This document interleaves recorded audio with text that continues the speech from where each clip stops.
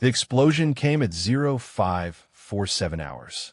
Captain Maya Okonkwo was 300 meters from the motor pool when the first mortar round obliterated the communications tower.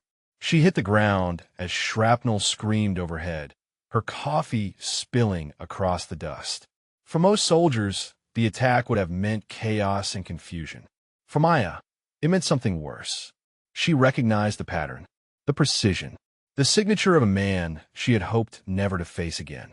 And somewhere on this forward operating base, people were about to die unless someone did something extraordinary. Maya pushed herself up, ignoring the ringing in her ears.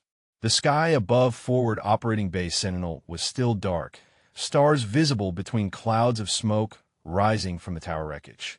She had been heading to the range for her usual pre-dawn routine, the same routine she had followed for 8 months at this dusty outpost 60 kilometers from anything resembling civilization. Now that routine was shattered along with the tower that had connected them to the outside world. A second explosion ripped through the eastern perimeter. Closer this time, Maya's training took over, her mind automatically calculating trajectory and origin point. Whoever was attacking knew exactly what they were doing. Communication first, then the observation posts. This was not random insurgent harassment. This was professional. She sprinted toward the command bunker, her boots kicking up dust with each stride. Around her, Sentinel was coming alive in all the wrong ways. Soldiers stumbled from barracks, some still pulling on gear. Alarms wailed. Someone was shouting coordinates into a radio. The acrid smell of burning electronics mixed with cordite in the air. Captain Maya Okonkwo was not supposed to be anyone important at FOB Sentinel. She was the senior marksmanship instructor, a role that mostly meant running the rifle range and correcting the stance of soldiers who had never fired a weapon outside of basic training. At 32, she was older than most captains, her promotion delayed by a career path that did not fit neatly into the Army's expectations. She was also the only woman in a specialized role on a base that housed 214 soldiers, a fact that certain people never let her forget. Before the explosion, she had been thinking about Private Chun. The kid was struggling with his qualification scores, flinching every time he pulled the trigger. Maya had stayed an extra 2 hours the previous evening, working with him one-on-one, finding the patience to walk him through breath control and trigger discipline until he finally grouped his shots properly. She had seen the relief in his eyes, the gratitude. That was why she did this job. Not for recognition, but for those moments when something clicked and a soldier became better, safer, more capable.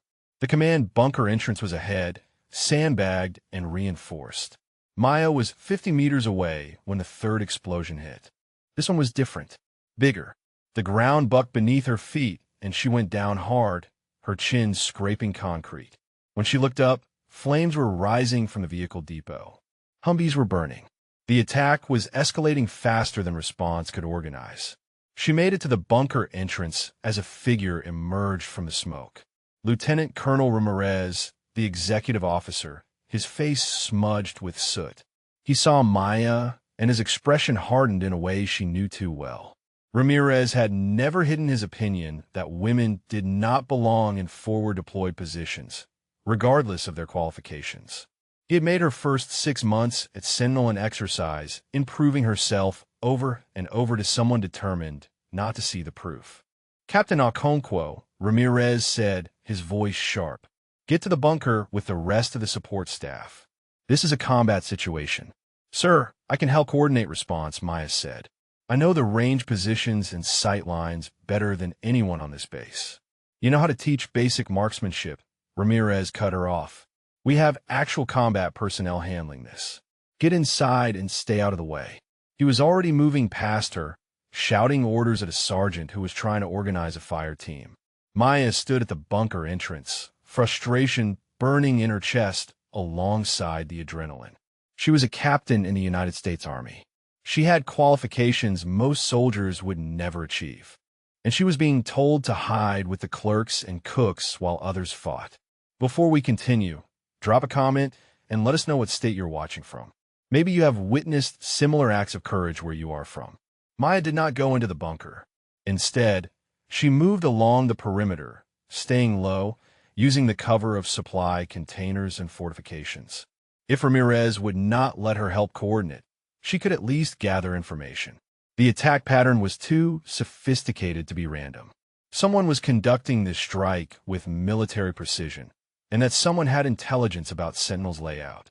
She reached the eastern observation post and climbed the ladder to find Specialist Torres at his position, scanning the darkness beyond the wire with night vision. Torres was one of her better students, a young soldier from Texas who took instruction seriously and never complained about having a woman as his range officer.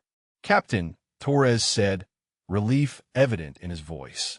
"Command says we have multiple hostile positions in the hills. Coordinated mortar fire. They are walking rounds toward the headquarters building." "Have you identified origin points?" Maya asked, crouching beside him. Torres handed her the night vision scope. 3 positions, maybe 4. Professional spacing. They're moving between shots, so counter-battery radar cannot lock them. Maya scanned the hills, her mind processing what she saw. This was textbook suppression and maneuver doctrine, the kind taught in advanced tactics courses. The kind used by special operations forces. Her stomach went cold. She knew exactly one person who attacked this way, with this signature combination of precision and aggression. Dmitry Volkov. She had not thought about that name in 3 years. Had not wanted to. Volkov was a ghost from a competition she had tried to forget, from a time when her marksmanship skills had drawn attention she never sought. The International Special Operations Competition in Jordan, where she had been the only woman in the precision rifle event, and where she had beaten every male competitor, including the favorite, a former Russian Spetsnaz operator named Dmitry Volkov. He had not taken the loss well, had called it a fluke, had questioned the integrity of the judges, had made it clear he believed women had no place in his world. The last she heard, he had left Russian service under unclear circumstances and disappeared into the private military contractor world, where rules were flexible and grudges could be nursed. If Volkov was here, this was not just an attack. This was personal. A 4th explosion shook the observation post. Maya grabbed the rail to steady herself as Torres called out coordinates. She looked toward the headquarters building where General Harrison commanded the entire regional task force. Harrison was on site for a 48-hour inspection visit, reviewing Sentinel's readiness and planning for expanded operations. If someone wanted to make a statement to prove American forces were vulnerable, killing a 2-star general would send that message loud and clear. Maya's radio crackled. "All personnel, this is Ramirez. We have wounded at the motor pool. Medical teams respond. Security teams establish perimeter. This is not a drill." She keyed her radio. "Command, this is Okonkwo. I have visual from observation post 7. Multiple hostile positions in hills, coordinated fire pattern. Request permission to establish counter-sniper observation. Static." Then Ramirez's voice, clipped and dismissive. "Negative, Captain. Return to bunker. We have special operations personnel handling tactical response." Maya bit back her reply. The special operations team at Sentinel consisted of 6 Army Rangers who were excellent soldiers, but who spent most of their time on patrol rotations. None of them had competition-level precision rifle experience. None of them had trained specifically to counter advanced long-range threats. But they were men, they were Rangers, and in Ramirez's world that made them more qualified than a woman who had outshot every sniper instructor in the Army qualification course. "Captain," Torres said quietly, "you should probably go. If the colonel finds you up here instead of in the bunker, he will have your commission." Maya knew he was right. She also knew that following orders she disagreed with was part of wearing the uniform. But as she started down the ladder, another explosion hit, and this time she heard something that changed everything. Screams. Not the shouts of soldiers responding to attack, but the screams of the terribly wounded. She hit the ground running. The motor pool was chaos. 3 vehicles were burning, black smoke pouring into the pre-dawn sky. Soldiers dragged wounded away from the flames while medics worked on casualties laid out on the ground. Maya counted 4 critically wounded, another 6 with injuries ranging from shrapnel wounds to burns. The smell hit her first, that terrible combination of burning rubber, fuel, and flesh that no training could prepare you for. She found Sergeant First Class Kowalski directing the evacuation, his uniform torn and bloodied. Kowalski was a 20-year veteran who ran the maintenance section and who had never once questioned Maya's competence. He saw her and gestured toward a soldier on a stretcher. "Captain, we have got Chun. He was near the depot when it hit. Shrapnel to the leg. Medics say he will make it, but he's in bad shape." Maya looked down at Private Chun, the same soldier she had stayed late to help just hours ago. His face was pale, twisted in pain, but when he saw her, his eyes focused. "Captain," he managed, his voice barely audible. Did I remember the breathing like you showed me?" "You did perfect, Chun," Maya said, kneeling beside the stretcher. "You're going to be fine. Just keep breathing, nice and steady like on the range." The medic working on Chun glanced up at Maya with exhausted eyes. "We need to get him to the aid station. We are running out of supplies here." Maya stood, her mind racing. The attack had been going for 12 minutes, and the damage was already catastrophic. This was not harassment. This was an attempt to destroy Sentinel's operational capability. And if her suspicion about Volkov was correct, this was only the beginning. She moved through the smoke toward the command bunker, ignoring the stares from soldiers who wondered why the marksmanship instructor was in the middle of a combat zone. Ramirez had ordered her to stay out of the way, but orders given in ignorance could be challenged when lives were at stake. She had information he needed whether he wanted to hear it from her or not. The bunker was organized chaos. Radio operators called out updates, while officers studied tactical displays. Ramirez stood at the center, coordinating response with clip commands. The six-man ranger team was gearing up in the corner, checking weapons and ammunition. Their team leader, Staff Sergeant Vincent Murdoch, was a muscled Texan who had made his opinion of female soldiers clear during Maya's first week at Sentinel. He had asked if she was there to teach the men how to knit along with shooting. Ramirez saw Maya enter and his face darkened. "Captain Okonkwo, I gave you a direct order." "Sir, I have tactical information about the attack pattern," Maya said, keeping her voice level and professional. "I believe I can identify the hostile commander based on the tactics being employed. Unless you have coordinates for hostile positions, I do not need theories," Ramirez shot back. "We have enough personnel offering opinions without adding more voices to the confusion." Murdoch looked up from checking his rifle. "With all due respect, sir, we do not need the range safety officer playing tactical analyst. My team has this handled." Maya felt the familiar burn of dismissal, but forced it down. This was not about ego or respect. This was about soldiers dying. "Sir, the attack signature matches doctrine used by former Spetsnaz operators. Specifically, a contractor named Dmitry Volkov who has conducted similar strikes on coalition forces in 3 other theaters. If I am right, he will target command and control next, likely with a direct assault team, while mortars provide suppression." "How would you know Spetsnaz doctrine?" Murdoch said, not bothering to hide his skepticism. "They teach that at instructor school, between the PowerPoint presentations." Maya turned to face him directly. "I competed against Volkov at the International Special Operations Competition in Jordan. I studied his methodology. I beat him, and that is exactly why he is here." The bunker went quiet for a moment. Ramirez stared at her, clearly torn between his prejudice and the possibility she might be right. Before he could respond, the radio crackled with an urgent transmission. "Command, this is Observation Post 3. We have movement in Sector 7. Multiple hostiles advancing on the headquarters building. Request immediate support." Ramirez grabbed the handset. "Post 3, how many hostiles?" "Count is..." The transmission broke up in static, then cleared. "At least 30. They're using smoke for cover. They're coming fast. All teams respond to headquarters," Ramirez ordered. "Murdoch, get your rangers there now. Protect General Harrison at all costs." Murdoch and his team were moving before the order finished. Maya watched them go, knowing they were well-trained, but walking into a situation designed by someone who had spent years learning to kill American soldiers efficiently. Volkov was not just attacking Sentinel. He was proving a point, and that point would be written in casualties. She had to do something. had to find a way to help that did not involve begging Ramirez for permission he would never grant. As the command staff focused on coordinating the defense, Maya slipped back out of the bunker. If she could not fight from inside the command structure, she would fight from outside it. The headquarters building was 200 meters across the compound. Maya moved along the perimeter, using vehicles and barriers for cover as mortar rounds continued to fall in steady intervals. The smoke was thicker now, reducing visibility to less than 50 meters in places. Perfect conditions for an assault team to close distance without being engaged.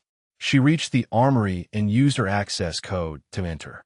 Inside, she moved past the standard M4 rifles to the secure locker in the back.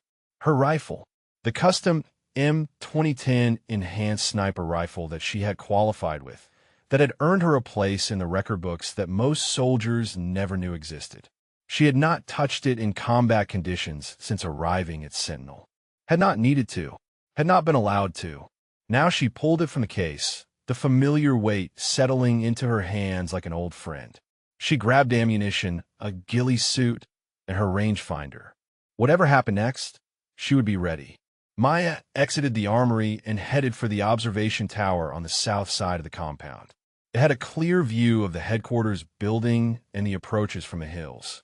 If Volkov was commanding this attack, he would position himself somewhere with visibility, somewhere he could watch his plan unfold.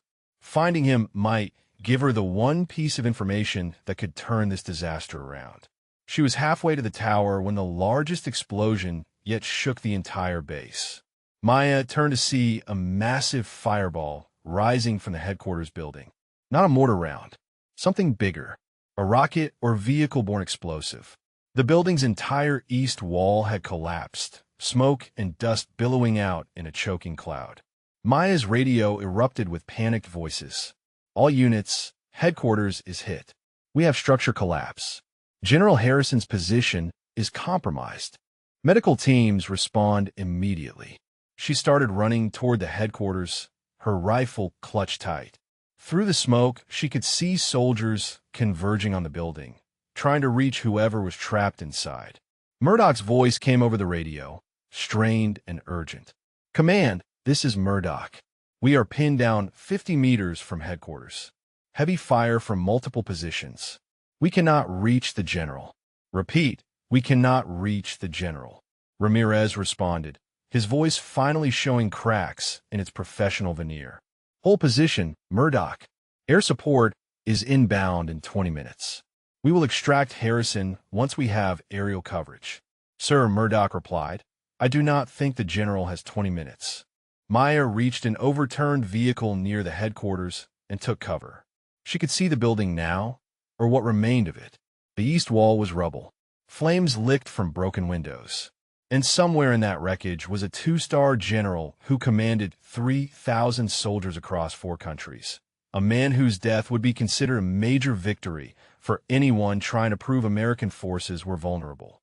She scanned the hills through her rifle scope, looking for positions that would give an enemy commander observation of the attack. There, a ridge 800 meters out, perfect elevation, perfect angle. She adjusted magnification and saw them. For figures, one standing slightly apart from the others, observing through optics. Even at this distance, even through smoke and dust, she recognized the posture, the way he held himself. Dmitry Volkov. And as she watched, she saw something that made her blood run cold. Volkov was checking his watch, timing something, waiting for something. This attack was not finished. Whatever he had planned, the worst was still coming. Maya kept her scope trained on Volkov's position, watching him coordinate his assault with the calm precision of a man who believed victory was inevitable. She could see him gesturing to his team, pointing toward different sectors of the base. He was orchestrating this attack like a conductor leading a symphony of destruction, and every note was landing exactly where he intended. The radio traffic told the story. Murdoch and his rangers were trapped behind a burned-out Humvee, taking fire from 3 directions. The medical teams could not reach the headquarters building. Casualties were mounting, and somewhere in the rubble of the collapsed east wall, General Harrison was either dead or dying while his would-be rescuers were pinned down by an enemy who had planned every detail of this nightmare.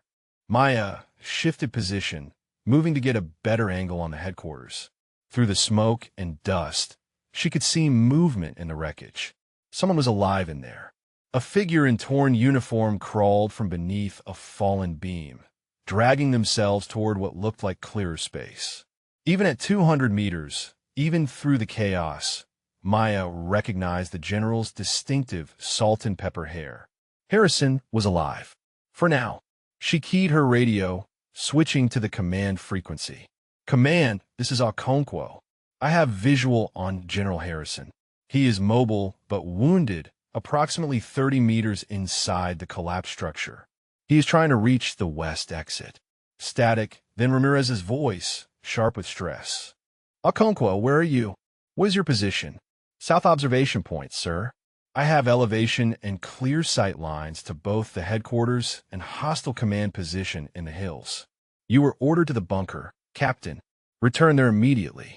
Maya watched Harrison stumble and fall, struggling to rise again. Blood stained his uniform. He was hurt badly, moving on willpower alone. "Sir, with respect, the general needs immediate extraction, and our ground teams cannot reach him. I can provide overwatch and identify safe approach routes." "Negative," Ramirez said. "Air support will handle extraction. You are not authorized for combat operations. Return to the bunker now or face disciplinary action." Maya closed her eyes for a moment, feeling the weight of the choice before her. Following orders was the foundation of military discipline. Disobeying a direct command could end her career, could result in court-martial, could destroy everything she had worked for. But General Harrison was dying. Right now, while she watched, while everyone followed protocol and waited for assets that might arrive too late. She made her decision. "Sir, I am remaining in position to provide tactical observation. Okonkwo out." She switched off her radio before Ramirez could respond. Whatever consequences came later, they would come. Right now, there was only the mission. Only Harrison bleeding out in the rubble while the man who planned his death watched from the hills. Maya studied the approaches to the headquarters building. Murdoch and his rangers were pinned to the north. 2 fire teams had tried to advance from the east and been forced back by concentrated mortar fire. The west approach looked clearest, but that was probably intentional. Volkov would expect rescue attempts from that direction and would have position shooters accordingly. He was always 3 moves ahead, always anticipating conventional responses, which meant the solution was not to be conventional. She scanned the compound, looking for options others would miss. The supply depot was 40 meters from the headquarters west wall, close enough to provide cover, but currently ignored because standard doctrine said you did not bring wounded toward potential secondary targets. But Maya knew something about Volkov that the tactical manuals did not account for. He was arrogant. He believed his plans were perfect. He would position his forces to counter expected moves and assume no one would be creative enough to try something different. The supply depot route could work. If someone fast enough and smart enough could reach Harrison before Volkov realized what was happening. Maya was calculating the approach when a new voice crackled over the radio frequency, speaking accented English with unmistakable Russian inflection. "Attention American forces of Forward Operating Base Sentinel. This is Colonel Dmitry Volkov, commander of the Wagner Tactical Security Group. Your general has approximately 10 minutes before he bleeds to death from his injuries. Your rescue attempts have failed. I offer you a choice. Withdraw all forces to the southern perimeter, and I will allow medical evacuation of your wounded commander. Refuse, and I will ensure he dies slowly while you listen." The frequency went silent. Maya felt cold rage settle over her. Volkov was not just attacking. He was making theater of it, turning Harrison's death into a demonstration of American weakness. This was personal for him in ways that had nothing to do with military objectives.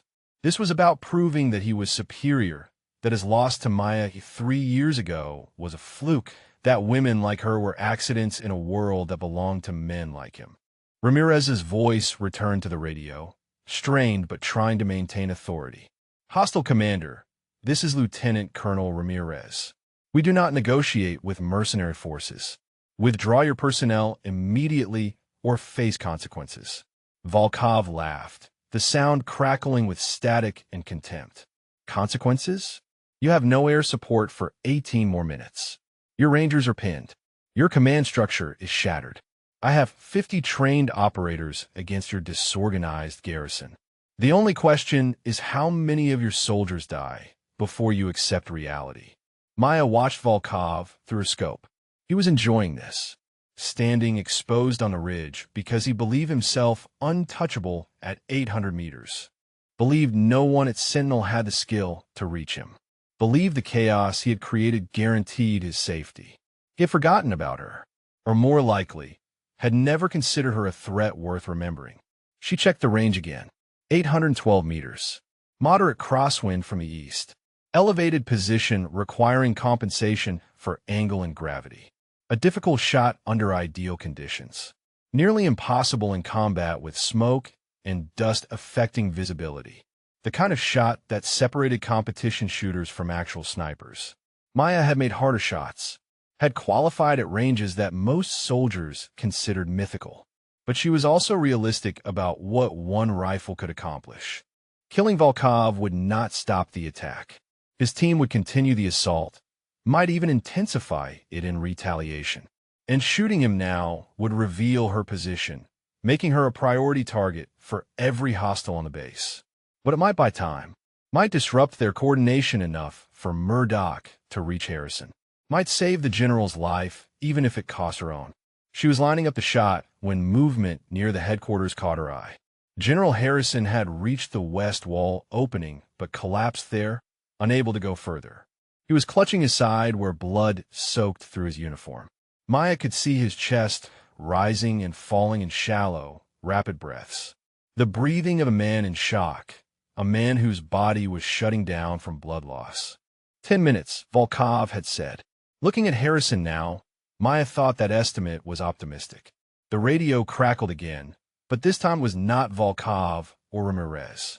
It was a voice Maya had not expected. "Captain Okonkwo, this is Murdoch. If you're still on this frequency, we need help. We are combat ineffective. Cannot reach the general. If you have any solutions, now would be the time." Staff Sergeant Murdoch was asking her for help. The same man who had mocked her qualifications an hour ago was now admitting he needed what she could provide. The irony would have been satisfying under different circumstances. Right now, it was just confirmation of how desperate the situation had become. Maya keyed her radio. "Murdoch, this is Okonkwo. I have a possible approach route to the general through the supply depot. High risk, but viable. Tell me." Murdoch replied immediately, all ego stripped from his voice. "You need to draw hostile fire north for 30 seconds. Full suppression. Make them commit their shooters. While they're focused on your position, I will move to the depot and from there to Harrison." "Captain, that is a 200-meter sprint across open ground under enemy observation. You will be exposed the entire way." "I know," Maya said, "but it is the only move Volkov will not expect because it should not work. Which means it might." There was a pause. Then Murdoch's voice came back, quieter now. "All right, we will give you the best suppression we can. But Captain, for what it is worth, I was wrong about you. Good luck." Maya settled her rifle and took one last look at Volkov on his ridge. He was still watching the headquarters, still confident in his plan, still believing the Americans would follow predictable patterns. She was about to teach him that predictions were not guarantees. "Stand by for my signal," Maya transmitted. "On my mark, light them up." She took 3 deep breaths, visualizing the route. Sprint to the first barrier, then to the burn vehicle, then the depot, then Harrison. 200 meters that would determine whether a general lived or died, whether Volkov's arrogance was justified or fatal. Maya stood, checked her rifle one final time, and prepared to run faster than she had ever run in her life. "Mark," she said into the radio, and the world exploded with gunfire. The first bullets hit the ground 3 steps into her run. Maya heard the sharp crack of rounds passing close, felt the spray of dirt as impacts stitched a line toward her position. She did not slow down, could not. The moment she committed to this sprint, stopping meant dying. Murdoch's Rangers opened up with everything they had. The concentrated fire forced Volkov's shooters to take cover, bought Maya precious seconds. She ran in a zigzag pattern, using every scrap of training her brother had drilled into her when they were kids playing war games in the woods behind their house. Never run straight. Never be predictable. Make them work for every shot. The first barrier loomed ahead, a concrete traffic control point knocked over during the initial explosions. Maya dove behind it as rounds impacted the other side, sending chips of concrete flying. Her heart hammered against her ribs. 50 meters down, 150 to go. She risked a glance toward the headquarters. Harrison had not moved, still collapsed in the west wall opening, still bleeding. Still alive, but barely. The clock was ticking. 9 minutes now, maybe less. Maya broke from cover and sprinted for the burned Humvee 40 meters ahead. This stretch was more exposed, less room for evasion. She felt the air crack around her as shooters adjusted their aim. One round tugged at her sleeve. Another kicked up dirt, so close she felt the impact through her boots. 20 meters from the Humvee, she saw movement on a ridge. Volkov had spotted her, was directing his forces to concentrate fire on this unexpected runner. She could almost feel his confusion through the distance. Who was this? Why were they moving when everyone else was pinned down? The questions would cost him seconds of reaction time. Seconds Maya desperately needed. She hit the Humvee hard, using its bulk for cover as bullets sparked off the armored chassis. Her lungs burned. Sweat stung her eyes despite the cool morning air. But she was halfway there. 90 meters down. 110 to go. The radio crackled in her ear. Okonkwo, Murdoch's voice was strained. We cannot maintain this rate of fire much longer. We are running low on ammunition. 30 more seconds. Maya gasped into the radio. That is all I need. She looked ahead to the supply depot. 60 meters of completely open ground. No radius. No cover. Just dirt and the certainty that Volkov's shooters would have a clear field of fire the entire distance. This was the worst part of the route, the section where the plan went from risky to suicidal. Maya thought about Chun lying wounded in the aid station. Thought about her brother who had died on a patrol in Afghanistan when she was still in college. The brother who had taught her to shoot, who had believed she could do anything if she wanted it badly enough. Thought about General Harrison bleeding out while waiting for a rescue that conventional tactics could not provide. She thought about Dmitry Volkov watching from his ridge, convinced that his plan was perfect, convinced that no American soldier would dare try something this desperate. Maya pushed off from the Humvee and ran. The fire intensified immediately. Volkov's entire team seemed to focus on her position. Rounds snapped past her head, impacted at her feet. She felt one tug at her tactical vest, felt the impact, but no penetration. The vest had stopped it. She kept running. 40 meters to the depot. Her legs screamed. Her rifle felt like it weighed 100 pounds. Every instinct told her to stop, to take cover, to do anything except continue this insane sprint across a killing zone. 30 meters. A round grazed her left shoulder, tearing fabric and skin. The pain was sharp and immediate, but Maya barely registered it. Pain meant alive. Alive meant moving. Moving meant Harrison had a chance. 20 meters. The depot was close enough now that she could see individual supply crates stacked outside. Could see the sandbag walls. Could see sanctuary if she could just cover 20 more meters. 10 meters.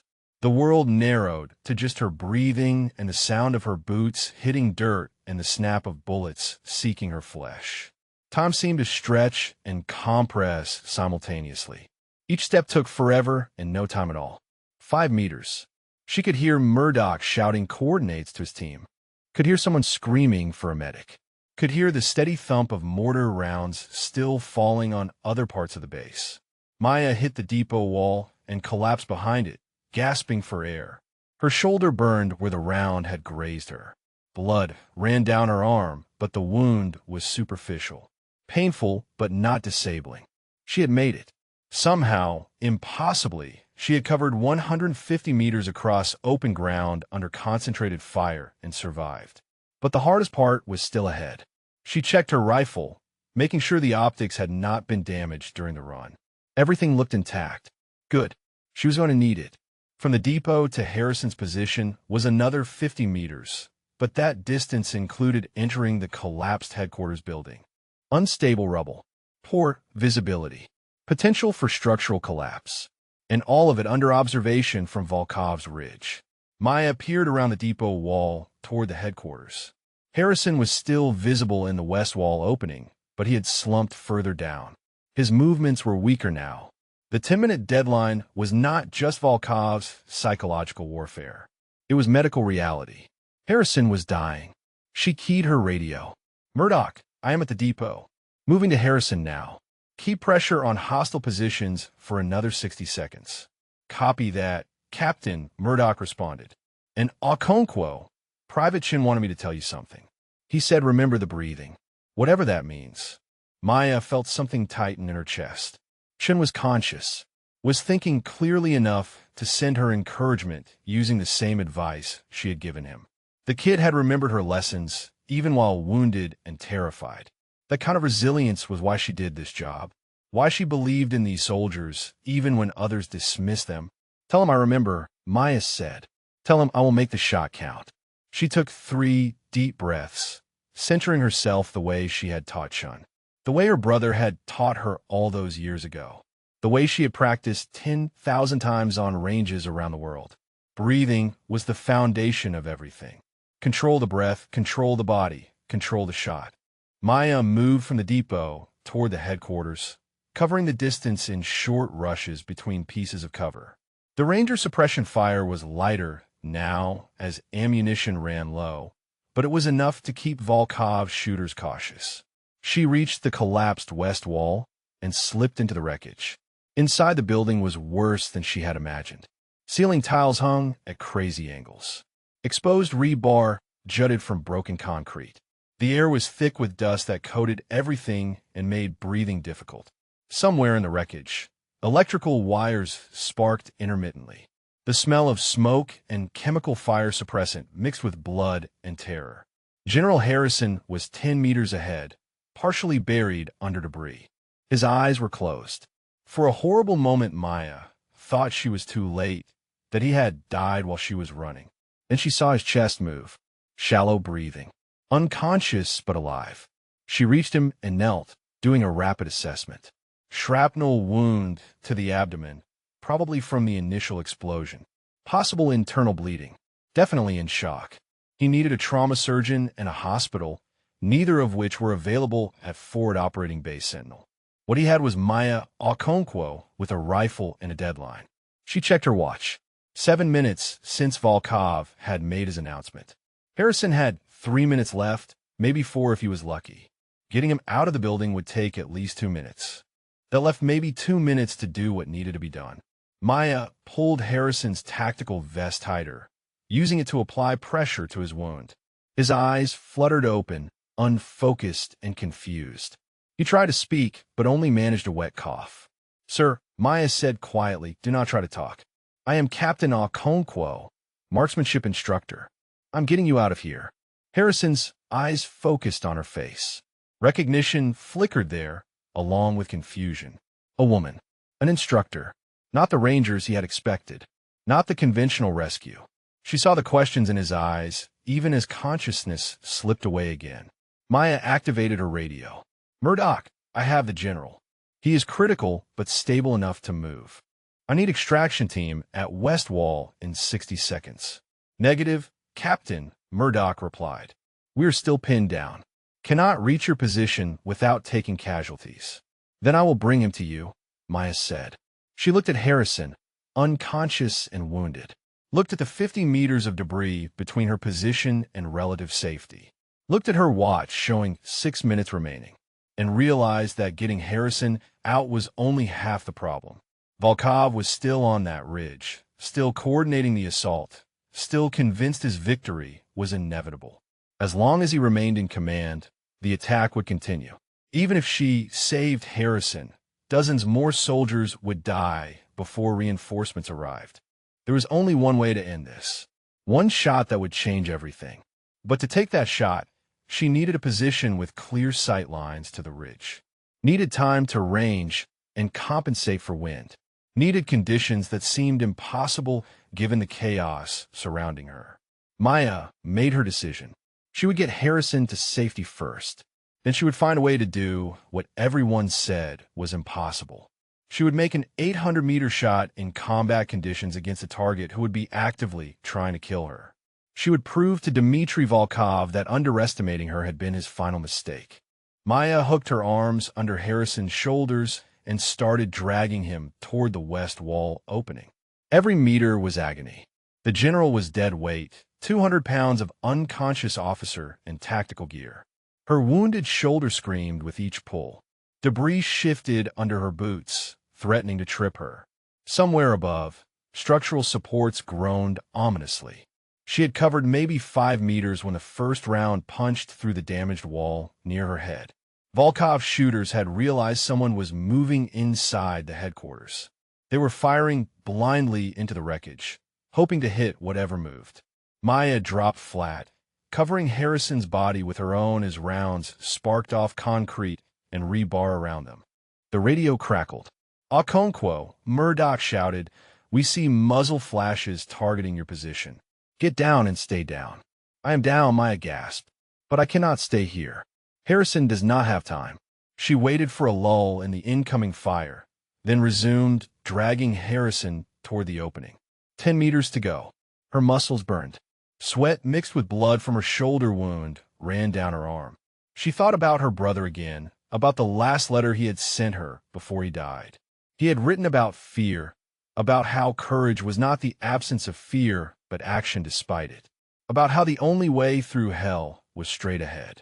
Maya pulled Harrison through hell 1 agonizing meter at a time. 5 meters from the opening, her boot caught on a piece of twisted metal. She went down hard, losing her grip on Harrison. The general rolled slightly, a groan escaping his lips. Maya scrambled back to him, checking his wound. Still bleeding, but the vest pressure was holding. Still breathing. Still alive. She got her arms back under his shoulders and pulled. 4 meters. 3. The opening was close enough now that she could see daylight beyond the dust and smoke. Could see the supply depot wall where relative safety waited. 2 meters. A chunk of ceiling tile crashed down behind her. The building was failing, stressed beyond its limits by the explosion and fire. If it came down while they were inside, no one would reach them in time. 1 meter. Maya gave one final pull and dragged Harrison through the opening into daylight. She collapsed beside him, gasping for air, her body shaking from exertion and adrenaline. But they were out. They had made it. "Murdoch," Maya transmitted, "I am clear of the building with Harrison. Moving to depot now." "Copy," Murdoch responded. "We are moving to support." 30 seconds. Maya grabbed Harrison again and pulled him the final 20 meters to the depot wall. She positioned him behind the thickest cover and did another quick assessment. His pulse was thready, his breathing shallow and rapid. The wound was still bleeding despite the pressure. He needed a surgeon immediately. What he was going to get was Maya doing field medicine with supplies scrounged from her tactical vest. She pulled out the medical kit every soldier carried and started working. Pressure dressing over the wound. Hemostatic agent to slow bleeding. She elevated his legs to combat shock. It was basic trauma care, the kind taught in combat lifesaver courses. It was not enough to save his life long term, but it might buy him the minutes he desperately needed. Harrison's eyes flickered open again. This time, there was more awareness in them. He looked at Maya, at her captain's rank insignia, at the blood soaking her shoulder. His lips moved. Maya leaned closer to hear. "Who?" Harrison managed, his voice barely a whisper. "Captain Maya Okonkwo, sir. Marksmanship instructor. You're going to be fine." Harrison's hand moved weakly toward his tactical vest. Maya realized he was reaching for something. She found the interior pocket and pulled out a sealed envelope. Harrison's fingers brushed it, then fell away. His eyes closed again, but his chest still rose and fell. Still fighting. Maya looked at the envelope. It was marked with security classifications she had no clearance to read. Whatever Harrison had been carrying, it was important enough to protect with his life. Important enough that Volkov might have known about it, might have targeted Harrison specifically to capture it. She tucked the envelope into her own vest. Whatever secrets it held, Volkov was not getting them. Murdoch and 2 of his rangers appeared at the depot wall, moving in tactical bounds.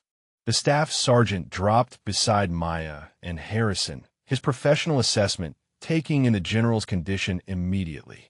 Jesus, he muttered. How is he alive? Stubborn, Maya said. And lucky I got to him when I did.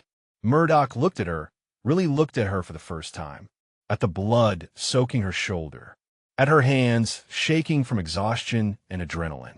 At her eyes that held the same combat focus as any ranger he had served with.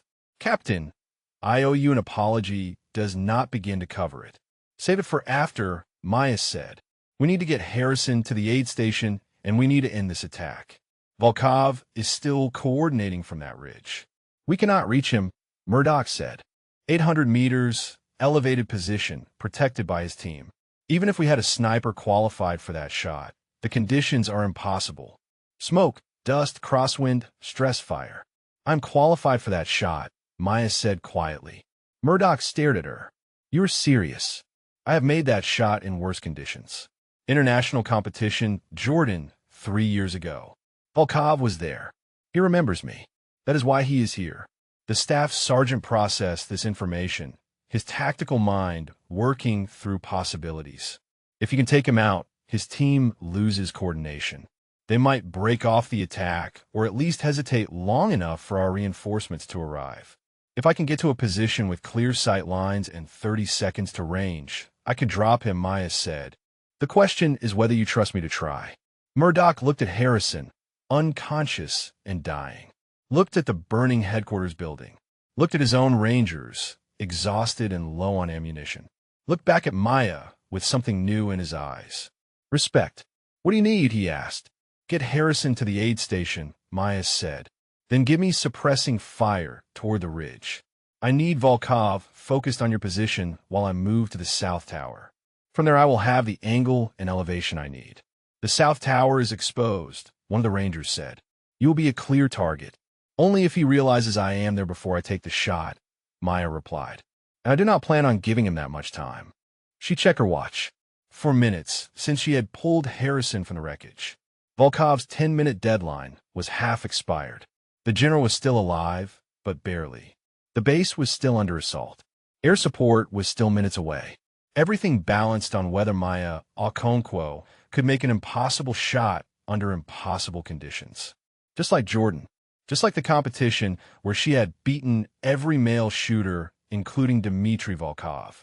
Just like the moment that had defined her career and earned her the hatred of a man who could not accept defeat from a woman.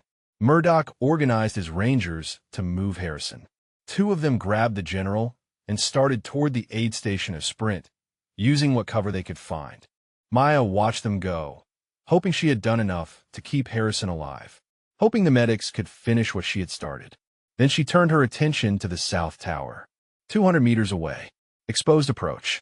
But from its height, she would have clear line of sight to Volkov's ridge, would have the angle she needed, would have her chance to end this. She looked at Murdoch. On your signal, give me covering fire. I will move fast. Murdoch nodded. For what it is worth, Captain, I hope you make this shot. Not just for the mission. For you. To prove to that bastard he should never have underestimated you. Maya smiled grimly. Oh, I will make the shot, Staff Sergeant. The only question is whether Volkov sees it coming.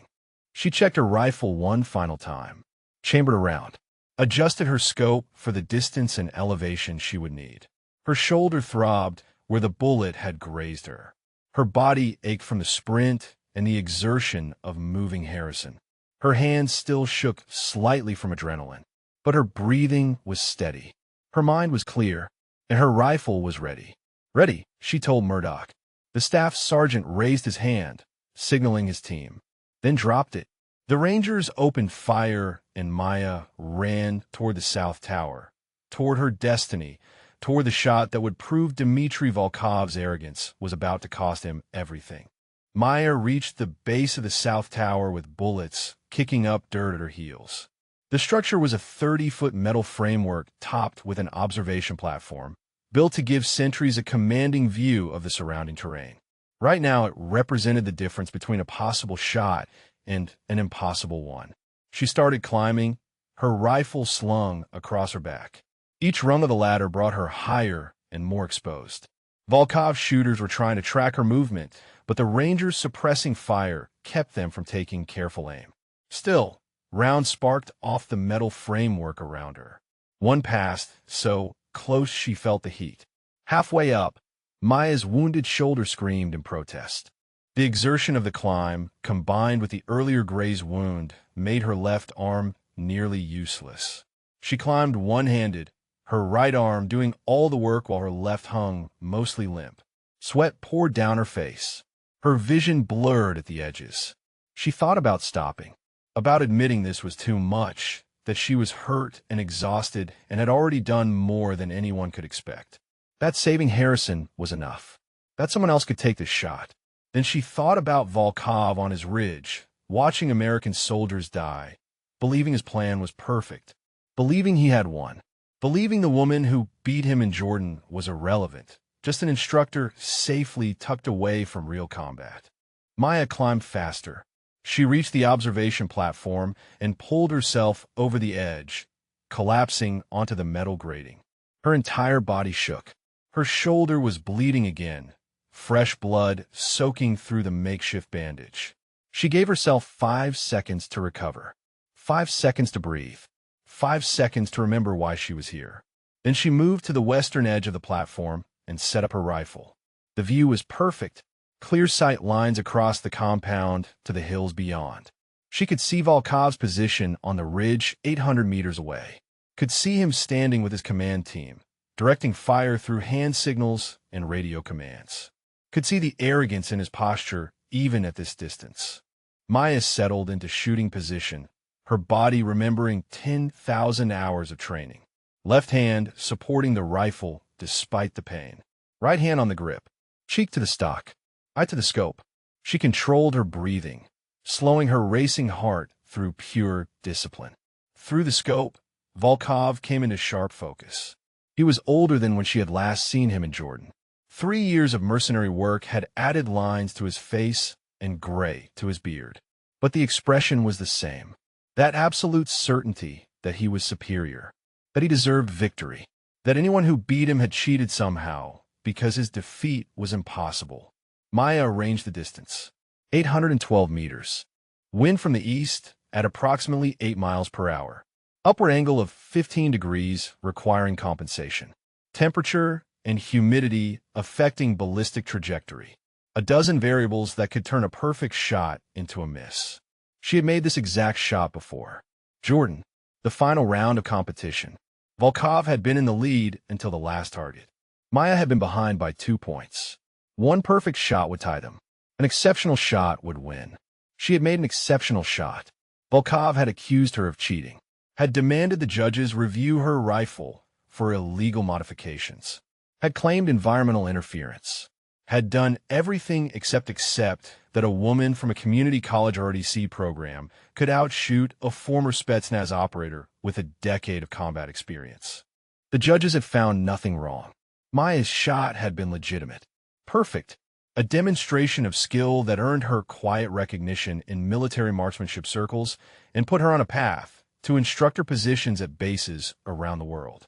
It had also earned her the eternal hatred of a man who measured his worth by being the best and could not reconcile losing to someone he considered inferior. Through her scope, Maya saw Volkov's radio move to his mouth, saw him issuing commands, saw him point toward different sectors of the base, coordinating the assault that had already killed 3 soldiers and wounded dozens more. Saw him check his watch, marking time until General Harrison bled out and Volkov could claim he had killed a flag officer. She adjusted for wind, adjusted for angle, adjusted for the slight tremor in her wounded shoulder. Her breathing slowed, her heartbeat steadied. Everything external faded away until there was only the rifle, the target, and the space between. Maya's radio crackled. Okonkwo, this is Ramirez. I have been informed of your position. You are ordered to stand down immediately. You are not authorized for offensive sniper operations. Acknowledge. She ignored him. Authorization did not matter anymore. Protocol did not matter. Only the shot mattered. Murdoch's voice cut in. Captain, I do not know if you can hear this, but Harrison just made it to the aid station. Medics say you saved his life. Whatever happens next, you already did the impossible today. Maya smiled slightly. She had saved Harrison, had proven she was more than just an instructor, more than just a woman in a role some men thought she did not deserve. She had saved a life under conditions that should have made success impossible. Now, she was going to take one. She settled the crosshairs on Volkov's center mass. At this distance, a headshot was too risky. Center mass gave her the largest target, the greatest margin for error. She compensated for wind drift, for bullet drop, for every variable that stood between intent and impact. Her finger rested on the trigger. Light pressure. The first stage of pull already taken up. Just a few more pounds of pressure and the rifle would fire. The bullet would fly. Dmitry Volkov's war would end. Through the scope, she saw him turn. Saw him raise his optics and scan the base. Saw him pause, focusing on something. On her position. On the south tower. His body language changed. Recognition. Surprise. Anger. He knew. Somehow, across 800 meters of distance, Dmitry Volkov knew that Maya Okonkwo was looking at him through a rifle scope. Knew that the woman who had beaten him in Jordan was about to beat him again in a way that mattered infinitely more. She saw him speak rapidly into his radio. Saw his team start to react. Saw shooters begin to turn their attention toward the south tower. In seconds, she would be taking fire from multiple positions. The observation platform that gave her the shot would become a death trap. Maya had one chance. One moment before Volkov's team could respond. One shot to end this before the situation became hopeless. She thought about her brother, about the letter he had sent her about courage, about his belief that she could do anything, about his death on a patrol that went wrong because someone made a mistake, because someone was not skilled enough, because sometimes in war the good people died while the arrogant survived. She thought about Harrison, wounded and unconscious, kept alive by her refusal to accept the impossible. She thought about Chun and all the other young soldiers who looked at her and saw possibility, who believed that gender did not determine capability, who needed someone to prove that skill and courage were not the exclusive domain of men who thought like Volkov. Maya exhaled slowly, controlled, perfect. At the bottom of her breath, in the space between heartbeats, she pressed the trigger. The rifle bucked against her shoulder. The sound was sharp and immediate. The recoil familiar and manageable. Through the scope, she watched the round travel, watched it arc across 800 meters of space, watched it descend toward Dmitry Volkov's chest.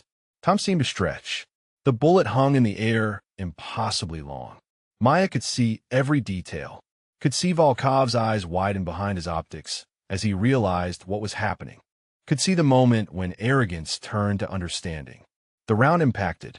Volkov went down. Maya did not celebrate, did not allow herself any emotion. She worked the bolt, chambering another round, and acquired her next target. One of Volkov's team leaders was already trying to take command. Maya put a round through his shoulder, dropping him.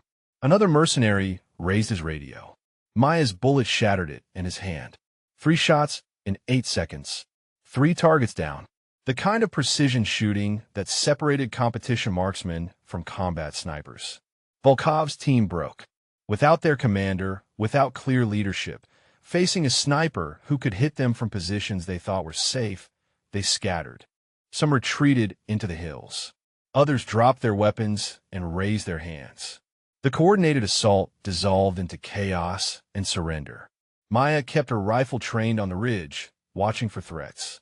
But the fight was draining out of the attack. Without Volkov's tactical brilliance, without his absolute confidence, his mercenary team had no will to continue. The radio exploded with voices. Ramirez demanding to know what happened. Murdoch reporting enemy forces in retreat. Medical teams calling out status updates. Air support announcing arrival in 2 minutes. Maya lowered her rifle and allowed herself one deep breath. One moment of release. She had done it, had made the impossible shot, had ended the attack, had saved not just Harrison but the entire base. She looked down at her hands. They were steady now. The shaking was gone. The fear was gone. There was only certainty. Certainty that she belonged here, that she had earned her place, that anyone who underestimated her did so at their own peril. Maya Okonkwo, marksmanship instructor, had just become a legend. The climb down from a south tower was harder than the climb up. Adrenaline was fading, leaving behind exhaustion and pain. Maya's wounded shoulder had stiffened, making each rung of the ladder an exercise in gritting her teeth and pushing through. Her legs trembled. Her vision swam at the edges. But she descended carefully, methodically, because falling now after everything would be a pathetic end to an extraordinary morning. She reached the ground as Murdoch and 2 Rangers arrived at a run. The staff sergeant looked at her with something approaching awe. "Captain," he said simply, "that was the most incredible shooting I have ever witnessed. 3 targets, 800+ meters, combat conditions. How is that even possible?" "Practice," Maya said, her voice hoarse. "A lot of practice." One of the Rangers, a young specialist named Williams, was staring at her like she had grown wings. "Ma'am, I was watching through optics. That first shot, the wind compensation alone, should have been impossible. How did you calculate it so fast?" "I did not calculate it," Maya admitted. "At a certain point, you stop thinking and start feeling. The rifle becomes an extension of you. You know what the shot needs." Murdoch shook his head in disbelief. "We need to get you to the aid station. That shoulder needs proper treatment." "Harrison first," Maya said. "What is his status?" "Critical, but stable," Murdoch reported. "The medics are working on him now. They say if you had been 5 minutes slower, he would not have made it." "You saved a general's life today, Captain." "We saved a general's life," Maya corrected. "Your suppressing fire made everything possible. I was just the one who happened to make the shot." "Do not give me that humble crap," Murdoch said, but there was warmth in his voice now instead of dismissal. "You ran 200 meters across a kill zone, dragged a wounded flag officer out of a collapsing building, climbed a tower while injured, and dropped 3 targets at extreme range. That was not luck. That was not just training. That was something else entirely." Maya did not know how to respond to that. Praise from Murdoch felt strange after months of his barely concealed contempt. She settled for a simple nod and started walking toward the aid station. The base was still chaotic, but the panic had shifted to purposeful activity. Fire teams were securing the perimeter. Medical personnel were triaging wounded. Engineers were assessing damage to critical structures. And in the hills beyond the wire, Volkov's surviving mercenaries were either surrendering or fleeing. The radio crackled. "All units, this is Ramirez. Enemy forces are in full retreat. Maintain defensive posture, but hold fire on surrendering hostiles. Air support is establishing orbital coverage." "Well done, everyone." There was a pause, then Ramirez continued, his voice tighter. "Captain Okonkwo, report to my position immediately." Maya exchanged a glance with Murdoch. Here it comes, she thought. The consequences of disobeying direct orders. The court-martial that would end her career even though her actions had saved lives. "Want me to come with you?" Murdoch offered. "Provide testimony about what happened." "No," Maya said. "This is my responsibility. I knew what I was doing when I ignored his orders." She walked across the compound toward the command bunker, her rifle still slung across her back. Soldiers stopped what they were doing to watch her pass. Some nodded respectfully. Others stared with open curiosity. Word had spread fast about what happened on the South Tower. Ramirez was waiting outside the bunker, his face unreadable. He looked at Maya's blood-stained uniform, her makeshift shoulder bandage, the exhaustion in her eyes. For a long moment, he said nothing. Finally, he spoke. "Captain Okonkwo, you directly disobeyed multiple orders during a combat situation. You left your assigned position, engaged in unauthorized offensive operations, and conducted sniper activities outside your defined role. Do you have anything to say? Sir, Maya said, I believe General Harrison's life was in immediate danger and that conventional rescue attempts would fail. I made a tactical decision based on my assessment of the situation and my unique qualifications. I accept full responsibility for my actions. Ramirez studied her. Your unique qualifications. You mean the international competition record you never mentioned in any of our briefings. The precision rifle certifications that somehow were not in your personnel file. The background that would have been relevant information for the commanding officer of this base to know. Maya met his eyes. Sir, I was assigned here as a marksmanship instructor. I did not think my competition history was relevant to teaching basic qualification courses. You did not think, Ramirez said, his voice sharp, that the fact you're apparently one of the best precision shooters in the Army was worth mentioning when we have been dealing with sniper threats in this region for 6 months. Maya had no answer for that. He was right. She had been so focused on doing her assigned job, on not making waves, on proving she could fit into a role that many thought she did not deserve, that she had never considered offering capabilities beyond what was expected of her. Ramirez sighed, and some of the anger left his voice. Captain, I have been in the Army for 23 years. I have seen a lot of soldiers, good ones and bad ones, brave ones and cowards, and I have seen my share of extraordinary ones. What you did today falls into that last category. You saved General Harrison's life. You ended an assault that could have overrun this base. You did things I would not have thought possible. He paused, then continued. You also made me confront some of my own prejudices. I did not think you belonged in a forward-deployed position. I did not think someone in your role could contribute to actual combat operations. I was wrong. Completely and inexcusably wrong. Maya was not sure she had heard correctly. Sir, I was wrong about you, Captain, Ramirez repeated. I let my assumptions about gender and roles cloud my judgment about capability. That failure is on me. Your actions today demonstrated skills that this base desperately needed and that I failed to recognize because I was too busy seeing what I expected to see instead of what was actually there. The words hung in the air between them. Maya had prepared for court-martial, for disciplinary action, for her career to end. She had not prepared for an apology.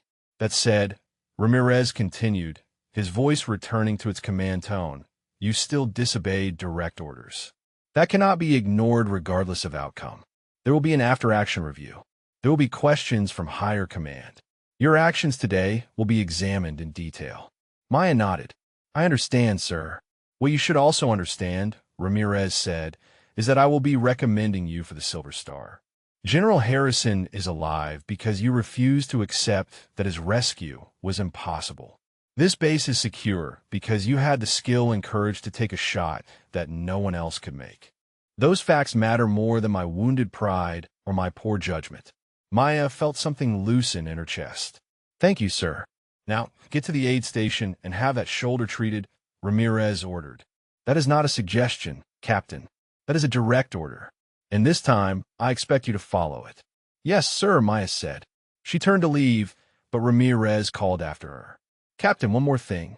When this is over, when the reviews are complete and the awards are processed, I want you to consider a new assignment. We need a precision rifle program at the battalion level. Someone to train designated marksmen, to develop counter-sniper protocols, to teach soldiers how to operate at extended ranges. I can think of only one person qualified for that position. Maya looked back at him. I thought you said my competition history was not in my file. It was not, Ramirez admitted. But I made some calls after your first shot hit Volkov. Turns out there are people at the marksmanship training unit who remember you very well, who said if you were at my base, I should be using your skills for more than basic qualification courses. I should have made those calls months ago. Better late than never, sir, Maya said. She walked to the aid station, past soldiers who were already turning her actions into legend. By tomorrow, the story would be exaggerated. By next week, it would be mythical. That was how things worked in the military. Extraordinary actions became inflated through retelling until the real person was buried under the weight of their own legend. But Maya knew the truth. Knew she had been terrified during that sprint across the kill zone. Knew her hands had shaken when she climbed the tower. Knew the shot could easily have missed despite all her skill and training. Knew that courage was not the absence of fear, but the decision to act anyway. The aid station was organized chaos. Medics worked on a dozen wounded soldiers. Maya found Chun on a cot, his leg bandaged and elevated, and 4 running into his arm. When he saw her, his face lit up. "Captain," he said, "they told me what you did. Is it true? Did you really make an 800-meter shot to stop the attack?" 812, Maya said, sitting on the edge of his cot.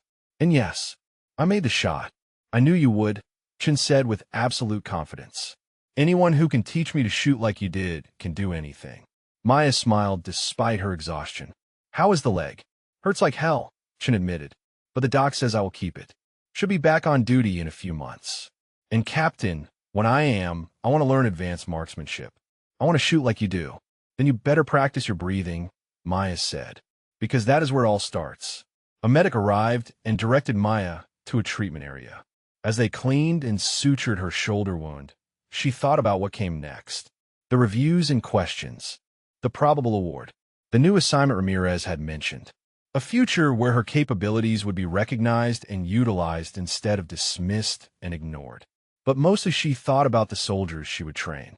The ones like Chun who needed someone to believe in them and show them what was possible. That was the real mission. Not killing enemies or winning medals, but creating capability in others. Teaching them to be better than they thought they could be. That was why she had become an instructor. That was why she would continue to teach. And now, thanks to one impossible morning, she would have the chance to teach at a level that matched her skills. Maya Okonkwo closed her eyes and let the medic work, knowing that when she opened them again, everything would be different. Maya woke 6 hours later in a small recovery room off the main aid station. Her shoulder was properly bandaged, the wound cleaned and sutured by a surgeon who had been flown in with the reinforcement package. She felt the dull ache of healing tissue and the fog of pain medication wearing off. For a moment she forgot where she was, forgot what had happened. Then memory flooded back, and she sat up too quickly, wincing at the pull in her shoulder. A nurse appeared immediately. "Captain, you need a rest. You lost blood, and your body has been through significant trauma." "What time is it?" Maya asked. "How long was I out?" The nurse checked her watch. "It is 1,300 hours. You have been asleep for 6 hours. And before you ask, General Harrison is stable. He came through surgery successfully and is expected to make a full recovery." Relief washed over Maya. Harrison was alive.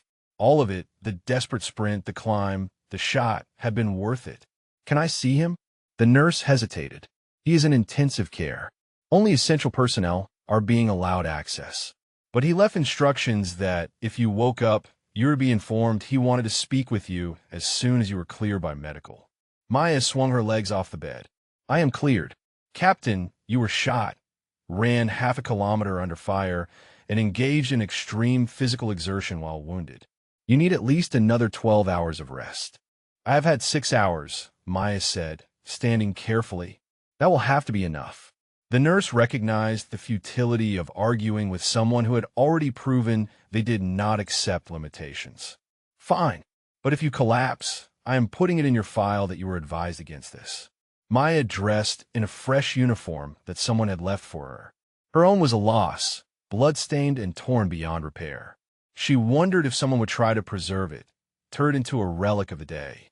The thought made her uncomfortable. She did not want to be a symbol. She just wanted to do her job. She made her way through the aid station, noting the organized calm that had replaced the morning's chaos.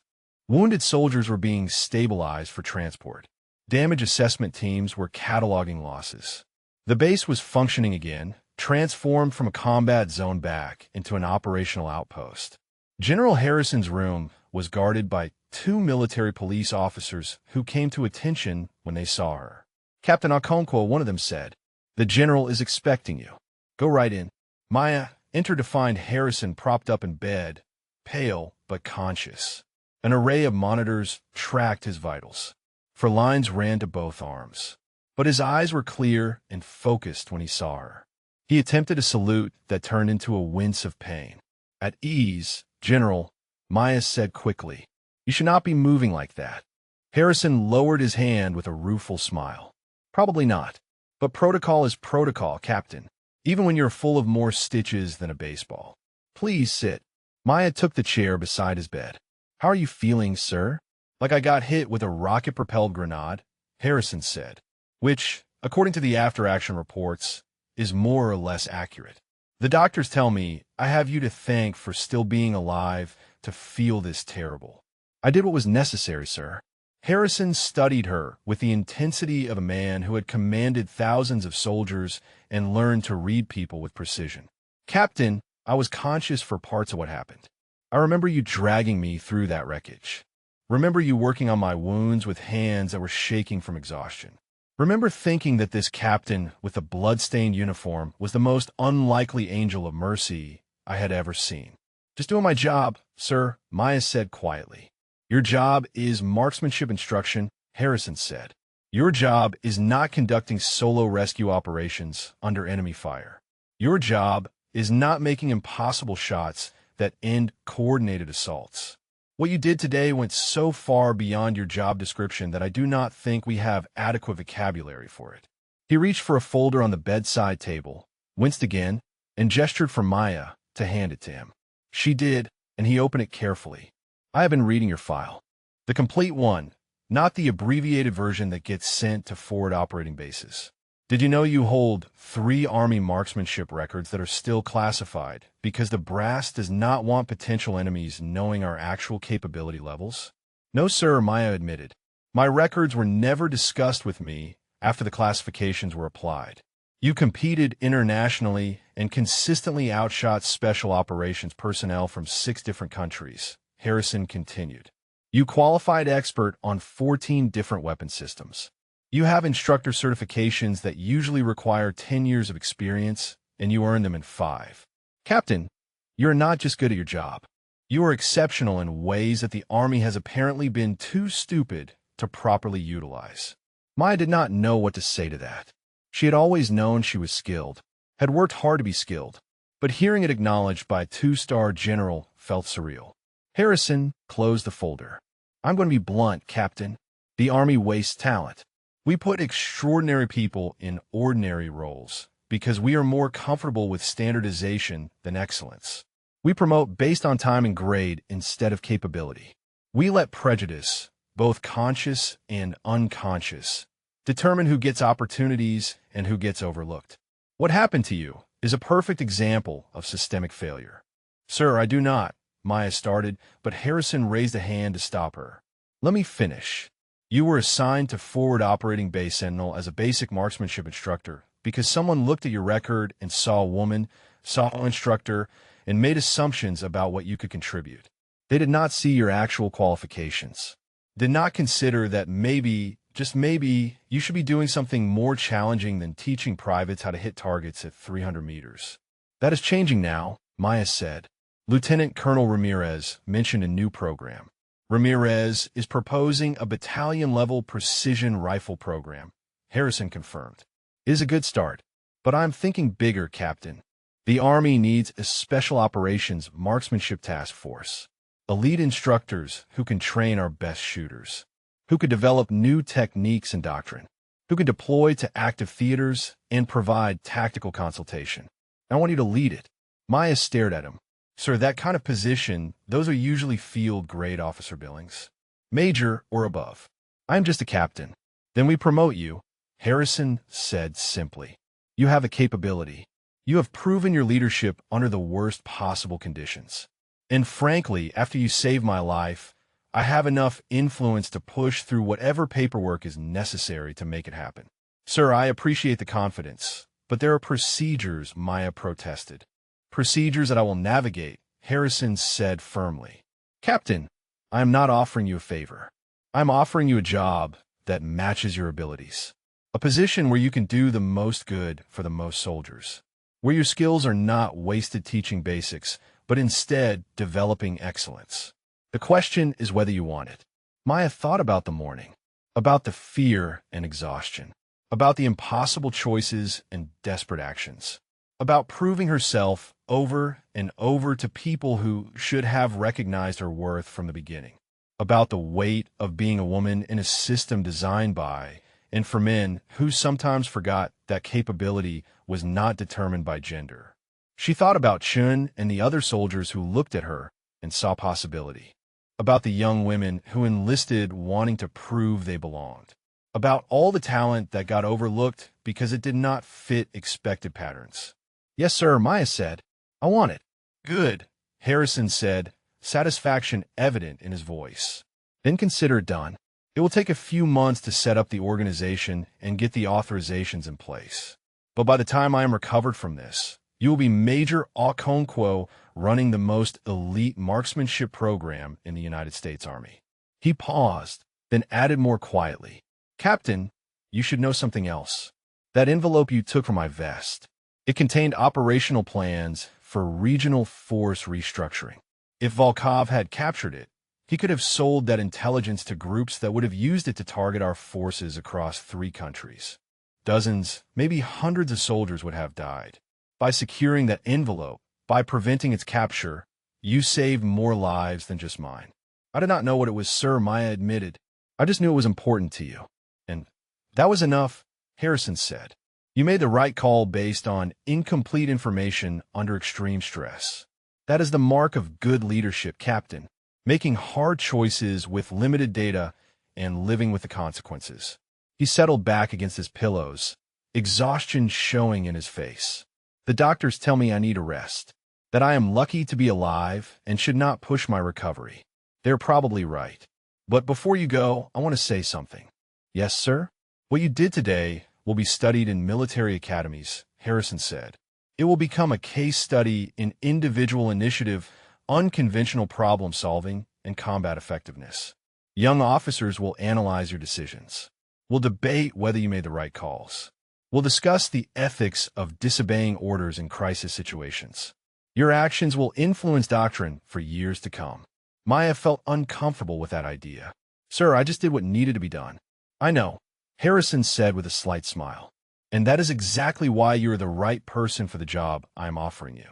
Because you do not do extraordinary things for recognition or glory. You do them because they need doing, and you have the ability to do them. That kind of integrity is rare, Captain. The Army needs more of it." He closed his eyes, clearly exhausted from the conversation. Maya stood quietly and moved toward the door. "Captain," Harrison said without opening his eyes, "thank you. For my life. For your service. For being exactly who you are instead of who others expected you to be." "You're welcome, sir," Maya said. "Get some rest. That is an order from your attending angel of mercy." She heard Harrison chuckle softly as she left the room. The guards outside nodded respectfully as she passed. Maya walked through the corridors of the aid station, processing everything that had just happened. A new position, a promotion, recognition from one of the Army's most respected generals. A future that matched her abilities instead of limiting them. It should have felt like victory, like vindication, like everything she had worked for finally coming together. And part of it did feel that way. But another part of her was already thinking about the work ahead, about the soldiers who would depend on the training she developed, about the responsibility of leadership at a higher level, about proving, once again, that she deserved the opportunity. Maya stepped outside into afternoon sun. The base was still damaged, but operational. Repair crews worked on collapsed structures. Soldiers maintained security positions. Life continued despite the morning's chaos. That was the military way. You endured. You adapted. You kept going. She thought about Dmitry Volkov, wounded and captured somewhere on this base. Thought about the hatred that had driven him to orchestrate this attack. Thought about how his need to prove superiority had led directly to his defeat. There was a lesson in that. Pride and prejudice were dangerous. Assumptions were deadly. Underestimating others based on gender or appearance or preconceptions was a fatal mistake. She had proven that lesson the hard way. And now she would spend the rest of her career teaching it to others. The sun was setting over forward operating base Sentinel when Maya made her way to the detention facility. She had not planned to visit Dmitry Volkov, had not wanted to. But something pulled at her, some need for closure that she could not quite name. After everything that had happened, after the violence and fear and triumph, she needed to face the man who had orchestrated it all. The military police captain in charge of detention looked uncertain when Maya made her request. "Ma'am, the prisoner is considered high value. We have strict protocols about visitor access." "I understand," Maya said, "but I'm the one who put him there. I think that earns me 5 minutes." The captain considered, then nodded. "5 minutes.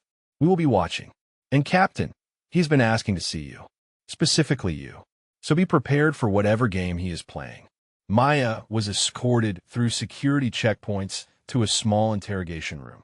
Volkov sat at a metal table, his hands cuffed in front of him, his left shoulder heavily bandaged where Maya's bullet had struck him. He looked older than he had through her scope, more tired, but the arrogance was still there in his eyes, that absolute conviction of superiority that had driven him across 3 continents and countless battlefields. When he saw Maya enter, his expression shifted through several emotions. Surprise, recognition, something that might have been respect. Then his face hardened into contempt. "Captain Okonkwo," Volkov said in his accented English. "The woman who should not exist. The instructor who plays at being a sniper. Come to gloat over your luck." "It was not luck," Maya said, sitting across from him. "It was skill. The same skill that beat you in Jordan. The same skill you could never accept." Volkov leaned back in his chair. Jordan was a competition. Controlled environment. Perfect conditions. What you did today, that was combat. That was different. "You were right," Maya agreed. "Combat is harder. More variables. More pressure. More consequences for failure. Which makes what I did today more impressive than Jordan, not less." Volkov's jaw tightened. "You had help. The Rangers provided suppression. You had time to set up. If I had known you were the one shooting, I would have positioned differently. You didn't know," Maya said quietly. "You saw me on that tower. Recognized me. You just did not believe I could make the shot, because you have never believed women are capable of what men can do. That prejudice is why you are sitting here in handcuffs and your entire operation failed." Volkov stared at her, anger and something else flickering in his eyes. "You think you have proven something? That because you made one shot, because you got lucky once in Jordan and once here, that you're my equal?" "I do not need to be your equal," Maya said. "I just need to be better. And today I was. Your 47 casualties versus my 3 targets. Your failed mission versus my successful defense. Your arrogance versus my competence. The math is pretty clear." She leaned forward slightly. "I came here for one reason, Volkov. To understand why. Why orchestrate this entire attack? Why target this specific base? Why risk everything on a mission that was always going to fail?" Volkov was silent for a long moment. When he spoke, his voice was lower, more controlled. "You humiliated me. In Jordan. In front of my peers. In front of people whose respect I had earned over years of service. You, a woman barely out of training, beat me with a shot that should not have been possible. So this was revenge," Maya said. "You attacked an American base, killed soldiers, tried to murder a general, all because your ego could not handle losing to a woman 3 years ago." "It was not about revenge," Volkov snapped. "It was about proving truth. Proving that your victory was anomaly. That in real conditions, in actual combat, women cannot compete. That Jordan was a fluke. And instead you proved the opposite," Maya said. "You proved that I can compete. That I can win. That your assumptions about gender and capability are not just wrong, but dangerous. Your prejudice did not just cost you this mission. It cost the lives of your own men. How many of your team died today because you were too arrogant to consider that a woman might be a legitimate threat?"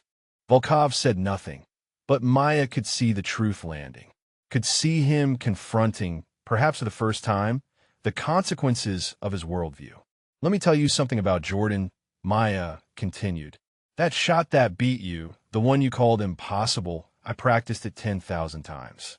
I studied wind patterns and elevation changes and temperature effects until I could feel the variables without measuring them. I earned that shot through work, not luck. And the same goes for today."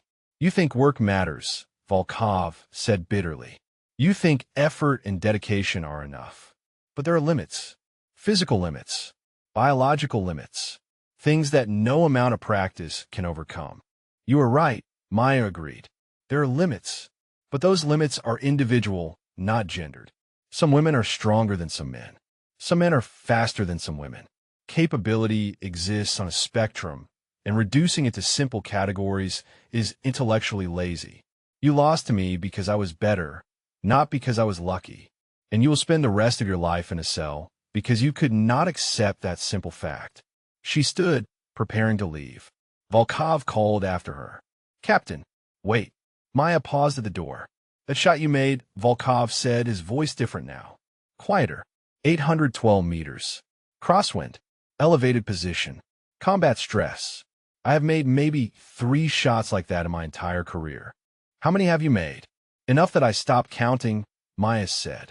Volkov nodded slowly, and for the first time since she had entered, the arrogance faded from his expression. You are better than I gave you credit for. Better than I wanted to believe. And that failure of recognition cost me everything. He looked down at his cuffed hands. In Spetsnaz, we had a saying. Pride is the enemy that needs no ally. I thought it meant we should be proud of our capabilities, celebrate our strength. But I was wrong.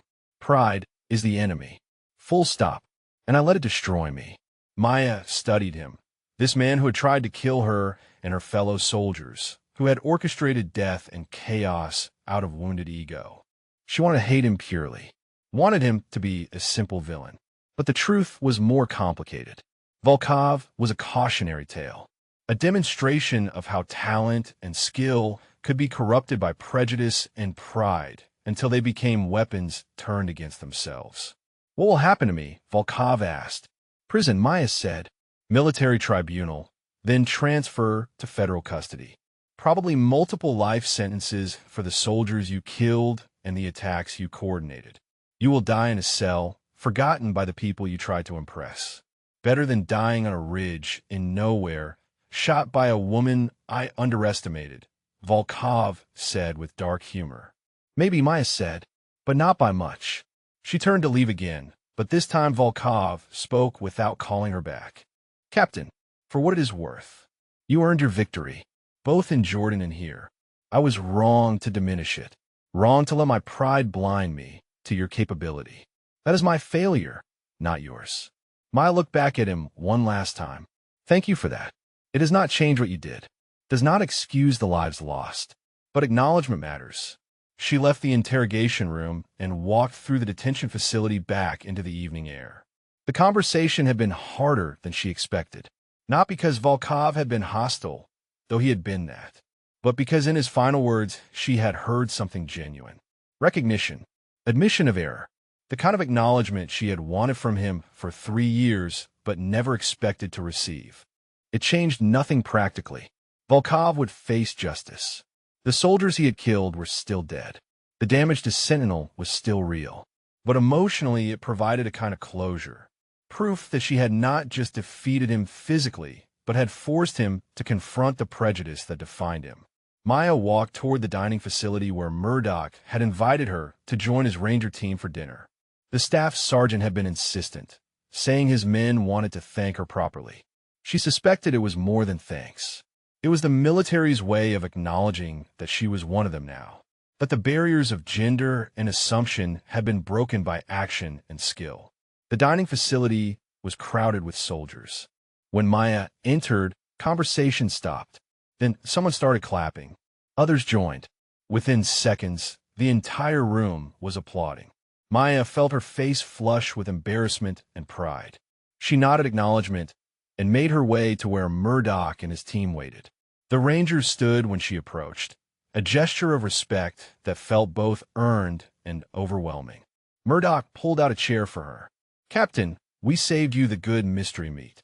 Well, as good as mystery meat gets. The team laughed, and Maya joined them, grateful for the normalcy of military humor after the intensity of facing Volkov. They ate together, trading stories about the morning's attack, processing what had happened through the soldiers' tradition of dark jokes and exaggerated retellings. Private Williams, the young ranger who had watched her shots through optics, kept asking technical questions about wind compensation and breathing techniques. Maya answered patiently, falling back into instructor mode naturally. This was what she loved, not the violence or the medals or the recognition, but the teaching, the sharing of knowledge that made others better. As dinner wound down, Murdoch raised his water glass. A toast, he announced, to Captain Okonkwo, who taught us that assumptions are dangerous, that courage comes in unexpected packages, and that underestimating someone based on appearance or role is a good way to end up looking like an idiot. The Rangers laughed and raised their glasses. Maya raised hers as well, feeling the weight of acceptance. These men had dismissed her, had mocked her, had believed she did not belong, and now they toasted her as an equal, as a fellow warrior who had earned her place through action. To not being idiots, Maya said, and they drank together. Later, walking back to her quarters under stars that seemed brighter after the day's darkness, Maya thought about everything that had changed. Her career trajectory, her relationship with the soldiers at Sentinel, her own understanding of what she was capable of when circumstances demanded the impossible.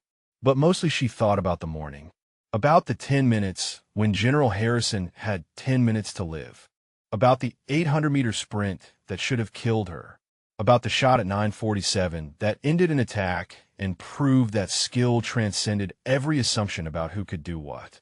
She had made the impossible shot, had saved lives, had earned recognition, had proven doubters wrong. But tomorrow she would wake up and return to being an instructor, would teach soldiers how to breathe and aim and hit their targets, would pass on knowledge that might someday save their lives the way her knowledge had saved Harrison's. That was the real victory. Not the medal Harrison would pin on her chest, not the promotion or the new position or the recognition, but the knowledge that she could make a difference, could teach and lead and inspire, could show others, especially young women who wore the uniform, that they belonged anywhere their skills could take them. Maya Okonkwo had proven she was more than anyone expected. Tomorrow, she would prove she was exactly who she had always been. A teacher, a soldier, a woman who refused to accept that impossible meant anything more than not yet accomplished. 3 days after the attack, Forward Operating Base Sentinel held a formation ceremony. The entire garrison stood at attention in the central compound, rows of soldiers in clean uniforms replacing the chaos and blood of that morning. The damaged headquarters building loomed behind them, a reminder of how close they had come to catastrophe. Maya stood in the front rank beside Lieutenant Colonel Ramirez, uncomfortably aware of the attention focused on her. General Harrison, released from intensive care, but still moving carefully, stood at a podium that had been erected for the occasion. His aide held a wooden box containing medals that would be awarded to soldiers who had distinguished themselves during the attack. The awards ceremony began with posthumous medals for the 3 soldiers who had died in the initial assault. Their names were read aloud. Specialist Marcus Thompson, Private First Class Jennifer Reyes, Sergeant David Kimmel. Maya had not known them well, but she had seen their files, their faces, their families, and photographs. 3 lives ended by Volkov's arrogance and hate. 3 families who would receive folded flags and the nation's gratitude, but never again see their loved ones. She thought about how close that number had come to being much higher. How Harrison would have been the 4th name read if she had accepted that his rescue was impossible. How Murdoch and his Rangers might have been added to the list if the attack had continued. How thin the line was between ceremony and tragedy. General Harrison spoke about sacrifice and service, about the professionalism of Sentinel's defenders, about how the attack had been repelled through the combined efforts of soldiers at every level working together under impossible circumstances. He did not single Maya out yet, following the military tradition of building context before individual recognition. Maya's mind wandered to the range where she had spent so many mornings before the attack. She thought about returning there tomorrow, resuming instruction, going back to the routine that had defined her months at Sentinel. Except it would not be routine anymore, would not be the same. The soldiers she taught would look at her differently now, would see the instructor who had made the impossible shot rather than just the captain running qualification courses. She wondered if that would make teaching easier or harder, if the respect would translate to better learning, or if the legend would get in the way of the lessons. Awards were presented to the medical team who had stabilized casualties under fire, to the fire teams who had held defensive positions against superior numbers, to the rangers who had provided suppressing fire that enabled Maya's movements. Murdoch received a Bronze Star with Valor Device, his actions during the attack deemed worthy of recognition. He accepted the medal with his characteristic stoic professionalism, but Maya saw the pride in his eyes. Then Harrison called her name. Captain Maya Okonkwo, front and center. Maya marched forward and came to attention before the general. Harrison looked at her with an expression that combined respect, gratitude, and something else. Recognition of shared experience, perhaps. They had both faced death that morning and both survived through determination and skill. Captain Okonkwo, Harrison began, his voice carrying across the silent formation. On the morning of the attack against Forward Operating Base Sentinel, you demonstrated extraordinary courage, initiative, and combat effectiveness.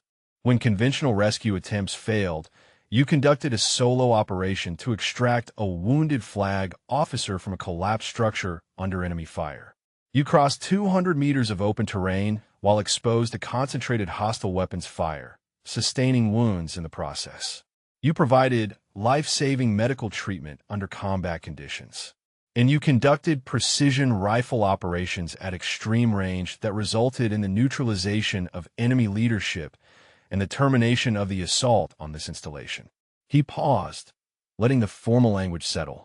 Then his voice softened slightly. You also saved my life. When I had less than 10 minutes before fatal blood loss, you refused to accept that my rescue was impossible. You made choices that others considered suicide and executed them with a level of skill that turned the impossible into the accomplished. Because of your actions, I am alive. Because of your marksmanship, this base stands secure. Because of your courage, the soldiers of Forward Operating Base Sentinel survived to continue their mission. Harrison opened the wooden box and removed a medal. The Silver Star, third highest award for valor the military could bestow. Maya had seen them before, but never imagined one would be pinned to her own chest. For conspicuous gallantry and intrepidity in action against an enemy of the United States, Harrison read from the citation, Captain Maya Okonkwo is awarded the Silver Star. Her actions reflect great credit upon herself, her unit, and the United States Army. He pinned the medal to Maya's uniform, the weight of it settling above her heart. Then he stepped back and saluted her. Protocol dictated that she return the salute first as the recipient of the award, but Harrison held his salute until she responded.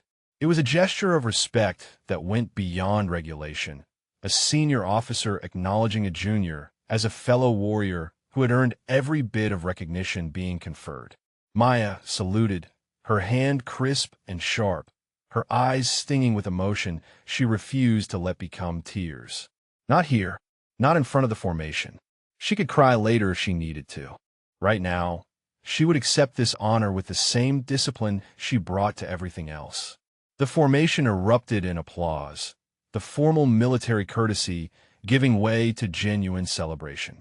Maya returned to her position beside Ramirez, the medal heavy on her chest, the weight of accomplishment settling into her bones. After the ceremony concluded and the formation was dismissed, soldiers approached Maya to offer congratulations. Some she knew well from the range. Others she had barely spoken to before the attack. All of them looked at her with new eyes, with recognition that went beyond her rank or role. Private Sean appeared on crutches, his legs still bandaged, but healing well. "Captain," he said, his voice thick with emotion, "I heard what you did. The shot. The rescue. Everything. You were not just teaching me marksmanship. You were teaching me what it means to be a soldier. You taught yourself that, Chun," Maya said, "when you took covering fire positions during the attack despite being wounded. When you sent me that message about breathing. That was all you. You showed me it was possible," Chun insisted. "Showed me that doing your job well means being ready for when the job changes." I want to be like that. I want to be ready. Then keep practicing, Maya said with a smile. Keep learning. Keep pushing yourself. That is what makes the difference.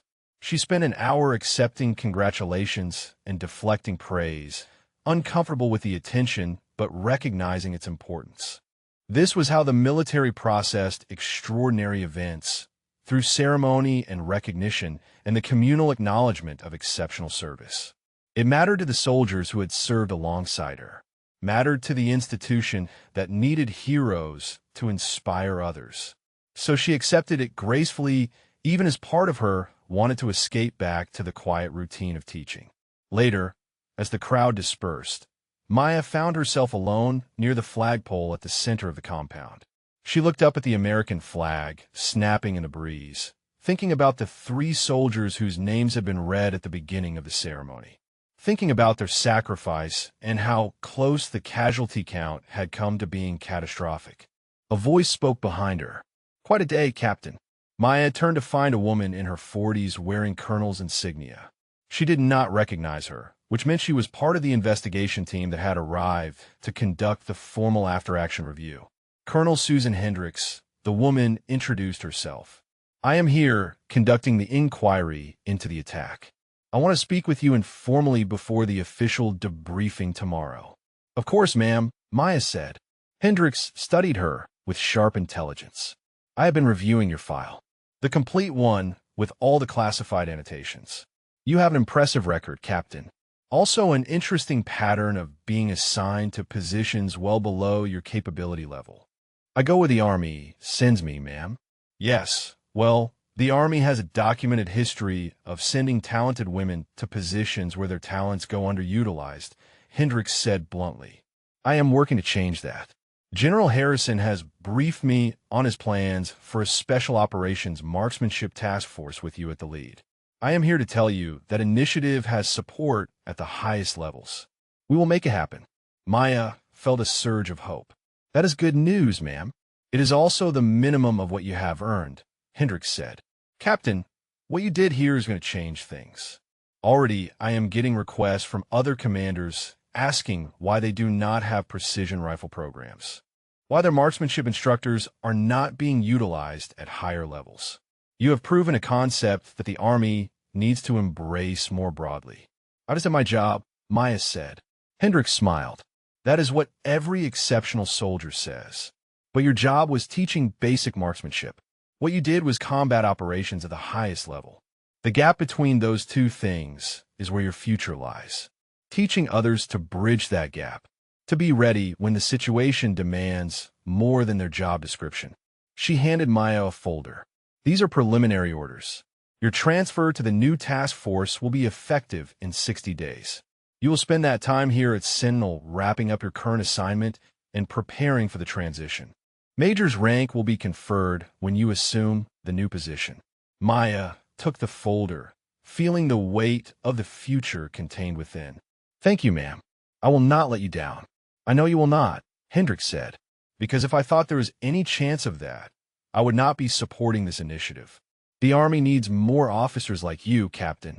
Leaders who demonstrate that capability transcends every demographic category we use to sort people.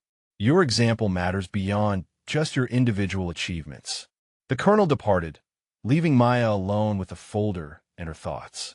She opened it and scanned the orders. Special Operations Marksmanship Task Force. Headquarters at Fort Benning. Authority to recruit instructors from across the Army. Budget for research and development of new techniques. A mandate to revolutionize how the military approached long-range precision fire. It was everything she had never dared to hope for. A position that matched her skills. Recognition of her capabilities.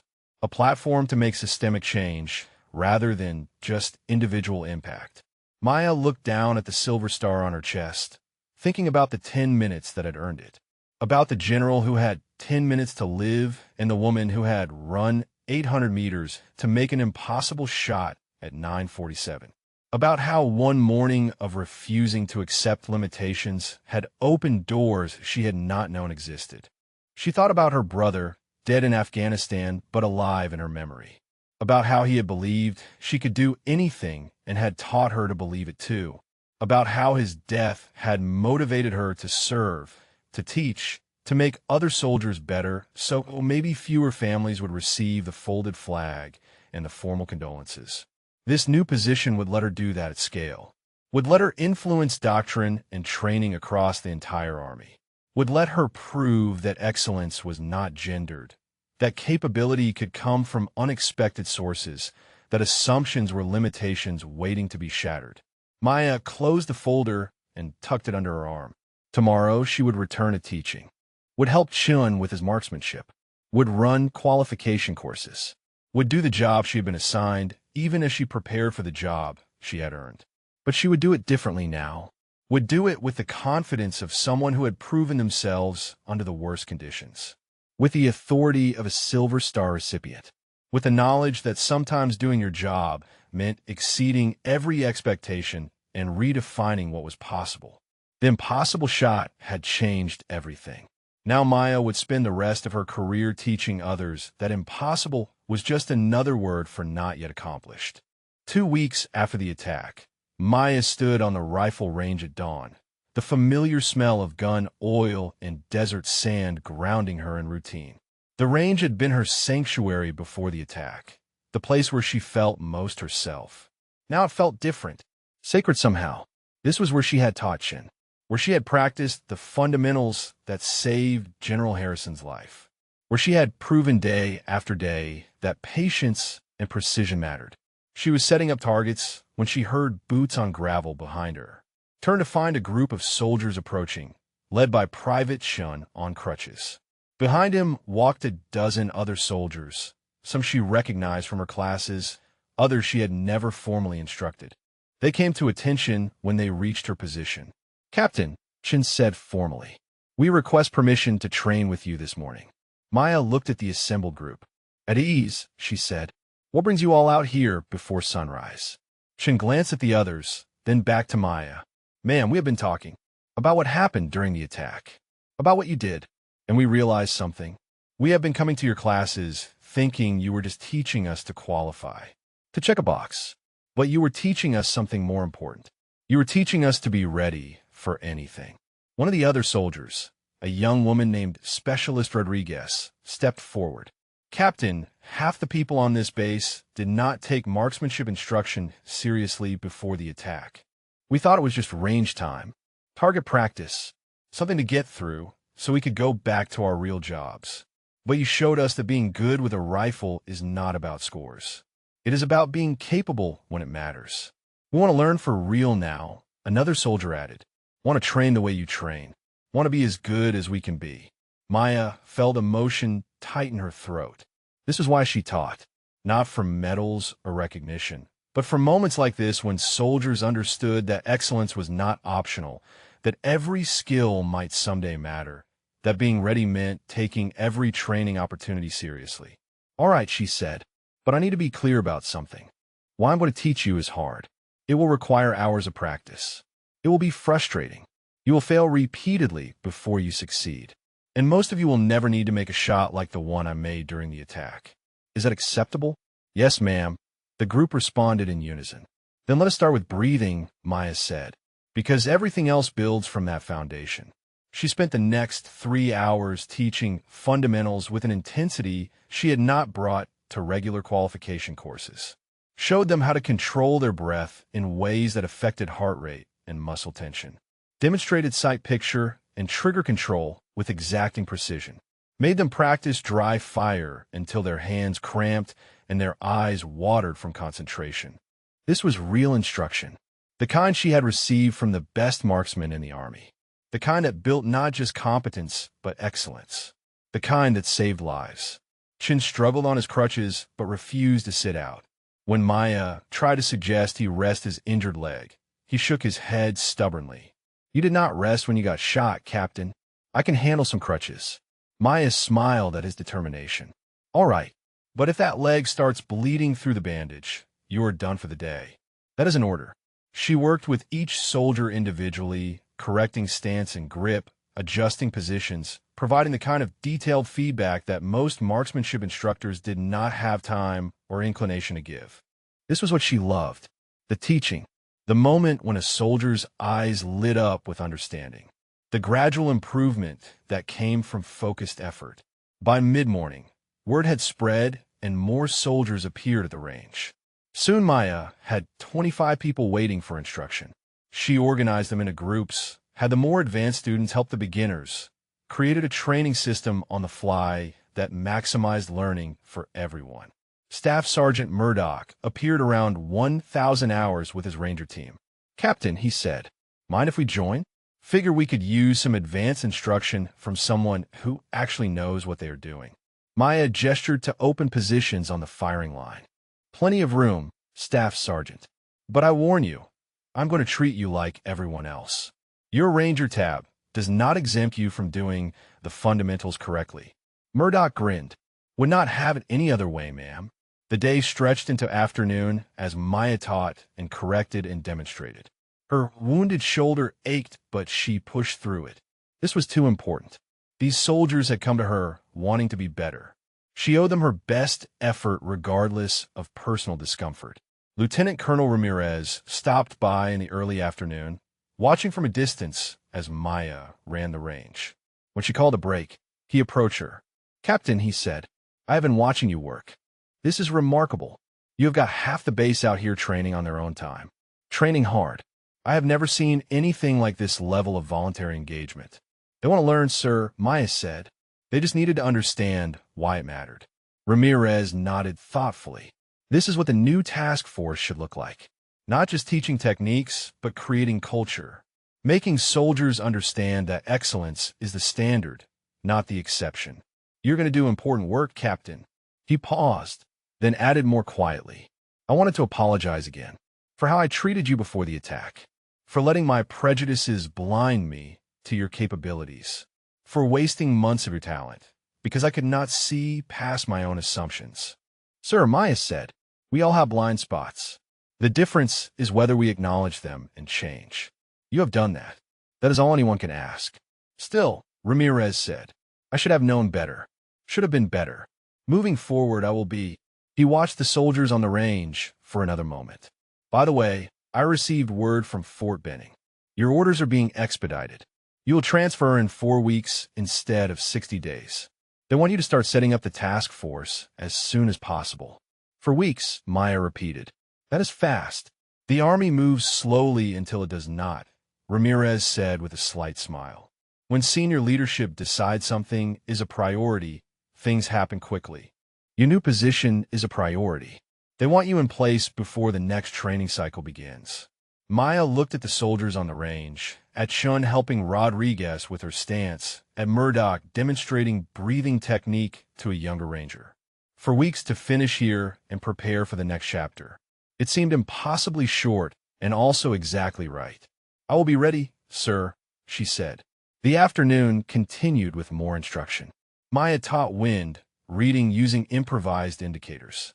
Showed them how to calculate holdover for different elevations. Demonstrated how to build stable shooting positions from unstable terrain. Advanced material that went far beyond basic qualification requirements. As the sun began to set, painting the desert in shades of orange and red, Maya called an end to the training day. The soldiers gathered around her, exhausted but energized, their faces showing the satisfaction of hard work and new knowledge. "Tomorrow morning, same time," Maya announced. "We will work on moving target engagement. And I expect everyone to have practiced tonight's lessons. Repetition builds competence. Competence builds confidence. Confidence saves lives." The soldiers dispersed slowly, talking among themselves about techniques and tips, already planning how to improve. Maya started breaking down the range, gathering brass and securing equipment. Chin stayed behind to help despite his crutches. "Captain," he said as they worked, "I have been thinking about what I want to do after I recover. I want to be an instructor. Like you, want to teach other soldiers what you have taught me." Maya smiled. "That is a good goal, Chun. But remember, being a good instructor is about more than just being a good shooter. It is about patience, about understanding that everyone learns differently, about caring whether your students succeed." "I know," Chin said. "I watched you teach today. Really watched. You were not just showing U.S. techniques. You were investing in us, making us believe we could be better than we thought possible. That is what I want to do. Then you will make a fine instructor, Maya said. When you are recovered and ready, let me know. The new task force will need people who understand that teaching is a calling, not just a job. They finished securing the range as darkness settled over forward operating base Sentinel. Maya looked out at the hills where Volkov had positioned his forces 2 weeks ago. Looked at the headquarters building, still showing damage from the attack. Looked at the ground she had sprinted across under fire. All of it felt distant now. Not forgotten, but integrated. Part of her story, but not the whole story. The attack had revealed capabilities she possessed, but it had not created them. Those capabilities had been there all along, built through years of practice and dedication. The attack had simply provided the circumstances to demonstrate what had always been true. She was good at her job, exceptional at it, and now she had the opportunity to share that excellence with others at a scale that could change how the entire army approached marksmanship training. Chun cleared his throat. Captain, can I ask you something personal? Of course. Were you scared? When you were running to save General Harrison? When you climbed that tower, knowing you might get shot? Were you terrified?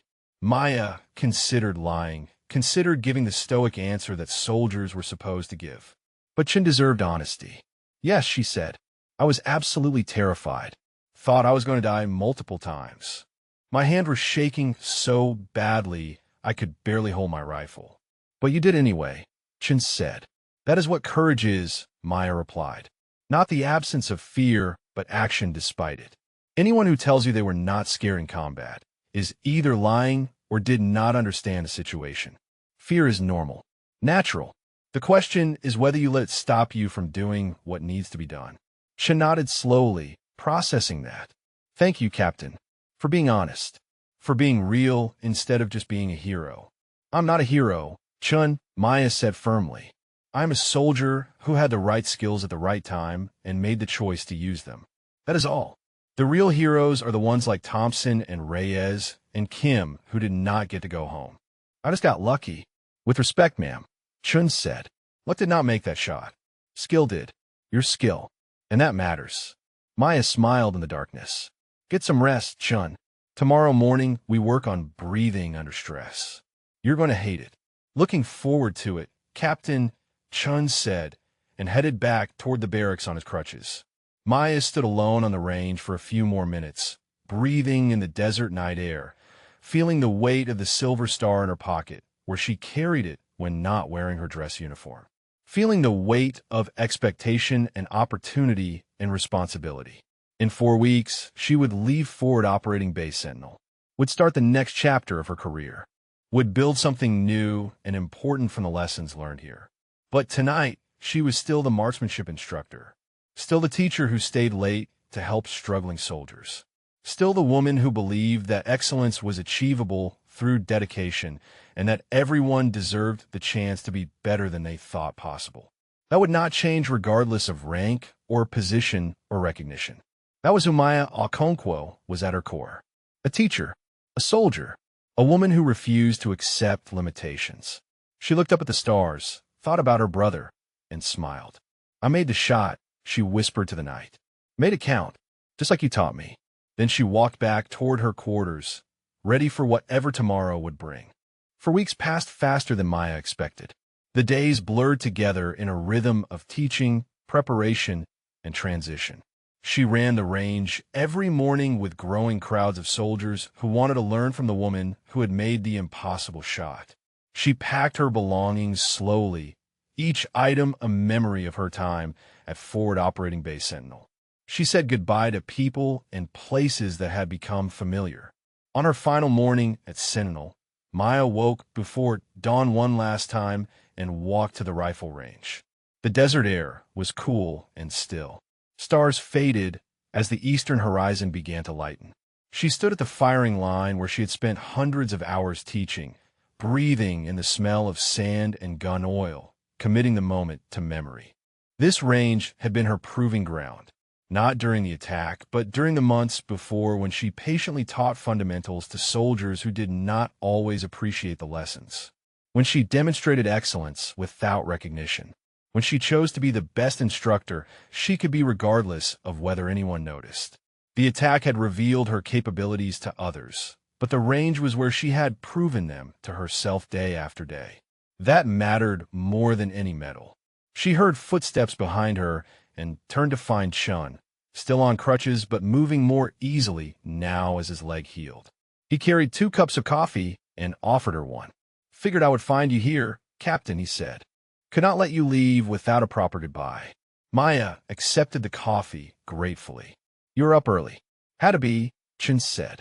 "This is the last chance to learn from the best instructor I will ever have. Wanted to make it count." They stood in comfortable silence, watching the sunrise paint the desert in shades of gold and orange. Maya thought about how much had changed since that morning 4 weeks ago when the first mortar round had shattered the pre-dawn quiet. How the base had been transformed. How she had been transformed. "Captain," Chun said quietly, "I want to thank you.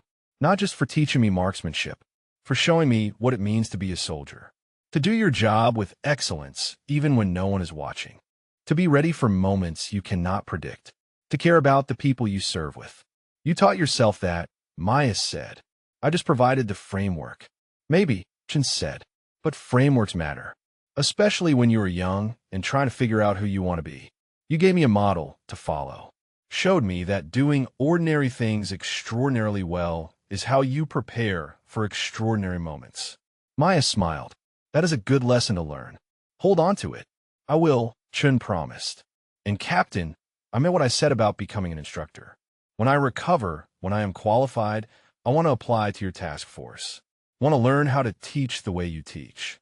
"Then work hard and get qualified," Maya said. "The door will be open when you are ready." More soldiers began arriving at the range, drawn by word that this was Maya's last morning at Sentinel. Soon 24 people gathered, the same core group who had been training with her since the attack. Staff Sergeant Murdoch and his Rangers, Specialist Rodriguez, Private Williams, soldiers who had committed to excellence because someone showed them it was possible. Lieutenant Colonel Ramirez appeared in his vehicle and walked to where Maya stood. The garrison assembled behind him, forming up without being ordered, a spontaneous show of respect for an officer who had earned it through action and character. "Captain Okonkwo," Ramirez said formally, "Forward Operating Base Sentinel is diminished by your departure, but grateful for your service. You came here as an instructor and became a hero. You saved lives, ended threats, and showed us all what courage and capability look like. We will not forget what you did here." He extended his hand, and Maya shook it firmly. "Thank you, sir. Serving at Sentinel has been an honor. These soldiers, this base, taught me as much as I taught them." Ramirez smiled. "Somehow I doubt that, Captain. But I appreciate the humility. Your transport to the airfield leaves in 1 hour. Until then, the base is yours." Maya turned to face the assembled soldiers. Looking at their faces, seeing respect and admiration and something deeper, she felt the weight of what she was leaving behind. These were not just students. They were fellow soldiers who had shared an extraordinary experience, who had survived together, who had chosen to be better because someone believed they could be. She wanted to give them a speech, something memorable and inspiring. But words felt inadequate for the moment. Instead, she kept it simple. "I came to Forward Operating Base Sentinel to teach marksmanship," she said, "to help soldiers qualify with their weapons, to check boxes on readiness reports. But you taught me something more important. You taught me that teaching is not about scores or qualifications. It is about investing in people, believing in their potential, giving them tools to exceed their own expectations." She paused, looking across the faces watching her. What happened during the attack, the shot everyone talks about, that was one moment. But every morning on this range, every soldier who improved their skills, every life that might be saved someday, because someone learned to shoot accurately under pressure, those are the moments that truly matter. Those are the victories that do not get medals, but change everything. Some of you will deploy to combat. Some will serve entire careers without firing a weapon in anger. But all of you now know what it means to pursue excellence, to practice fundamentals until they become instinct, to be ready for whatever comes. That knowledge will serve you regardless of where the army sends you or what challenges you face. Maya felt emotion threatened to overwhelm her composure. She controlled her breathing, using the same technique she had taught them, and continued. Thank you for your dedication. Thank you for trusting my instruction. Thank you for showing me that teaching is the most important thing I will ever do. I will carry every one of you with me to the next assignment and beyond. The formation erupted in applause. Soldiers called out thanks and good luck. Chun started a chant of her name that others picked up. Maya felt tears she had been holding back finally escape. Let them fall. These soldiers had earned her emotion, had earned everything she could give them. Murdoch stepped forward and saluted with parade ground precision. Captain, on behalf of everyone here, we wish you the best in your new position, and we expect great things, because that is what you have taught us to expect from ourselves. Maya returned the salute, then did something unusual for military protocol. She walked along the formation, shaking hands with soldiers who had become more than students, became friends, became the reason she served. When she reached Chun, he struggled to attention on his crutches. She steadied him gently. Easy, Private. Save the formality for when your leg is healed. Yes, ma'am, Chun said. Captain, I made you something. A reminder. He handed her a small wooden box. Maya opened it to find a spent brass casing, polished to a shine. Engraved on the side was a date, a distance, and a time. The date of the attack. 812 meters. 0947 hours. From the shot that saved General Harrison, Chun explained. I found the casing on the South Tower after everything settled. Thought you should have it. Maya held the brass carefully, feeling the weight of memory and significance. Thank you, Chun. This means more than you know. She tucked the box into her cargo pocket, next to the silver star she still carried. 2 pieces of metal that represented the same moment from different perspectives. One official recognition, one personal remembrance, both equally valuable. The hour passed too quickly. Maya's transport arrived, a convoy that would take her to the airfield and then to Fort Benning where her new life waited. She loaded her gear, took one last look at the range, at the base, at the soldiers who had become her legacy here.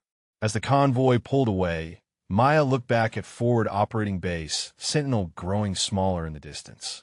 Looked at the South Tower where she had made the shot. At the headquarters building where Harrison had nearly died. At the range where she had taught hundreds of lessons to soldiers who might never know how those lessons would serve them. She thought about the general who had 10 minutes to live. About the woman who ran 800 meters to save him. About the impossible shot at 9:47 that ended an attack and began a legend. But mostly she thought about the morning after and the morning after that, when she returned to teaching. When she chose to be excellent in obscurity rather than rest on visible achievement. When she proved that the attack was not an anomaly, but a demonstration of who she had always been. Maya Okonkwo, marksmanship instructor. Now Major Maya Okonkwo, architect of the Army's future precision rifle program. The rank and position had changed. The mission had expanded, but the core remained the same. She would teach, would invest in soldiers, would show them that excellence was achievable and that limitations were mostly assumptions waiting to be challenged, would build capability in others and trust them to use it when moments demanded the impossible. The convoy reached the airfield. A transport plane waited to carry her to the next chapter. Maya boarded with her gear and the memories of forward operating base Sentinel. Found a seat by the window and watched the desert landscape fall away as the plane climbed into clear morning sky. Somewhere below, soldiers were arriving at the range for training. Chun was probably helping newer students with their stance. Rodriguez was likely practicing breathing techniques. Murdoch was possibly running his rangers through advanced drills using methods Maya had taught him. The work continued. The mission persisted. And Maya Okonkwo was exactly where she belonged, preparing to do what she did best. Teaching excellence, building capability, creating warriors who would be ready when their own impossible moments arrived. She pulled out the wooden box Chun had given her and opened it one more time. Looked at the engraved brass, the date, the distance, the time. If you enjoyed this story, please drop a comment and let us know your favorite part, character, or if you have had a similar situation happen to you before. Share your thoughts about moments when you or someone you know showed hidden strength when it mattered most. Maya closed the box and smiled. The shot at 9:47 had changed her life. But it was what came before and after that defined her. The patient instruction, the dedication to fundamentals, the belief that everyone deserved a teacher who saw their potential and invested in making it real. That was her legacy, not the medal or the promotion or the legend, but the soldiers she had taught and would continue to teach, the lives saved by skills she had passed on, the excellence multiplied through those who learned from her example. The plane leveled off, heading east toward Fort Benning and the future. Maya settled into her seat, closed her eyes, and let herself rest. Tomorrow would bring new challenges, new soldiers to teach, new standards to establish, new impossibilities to make possible. But today, she had earned the right to simply be, to remember, to honor the journey that brought her here, to acknowledge that she was no longer just good at her job. She was exceptional, and the Army, finally, was ready to let her prove it at the highest levels. Maya Okonkwo opened her eyes and looked out at the endless sky. Somewhere ahead, her next mission waited. She was ready for it, had always been ready. Now the world knew it too, and that made all the difference.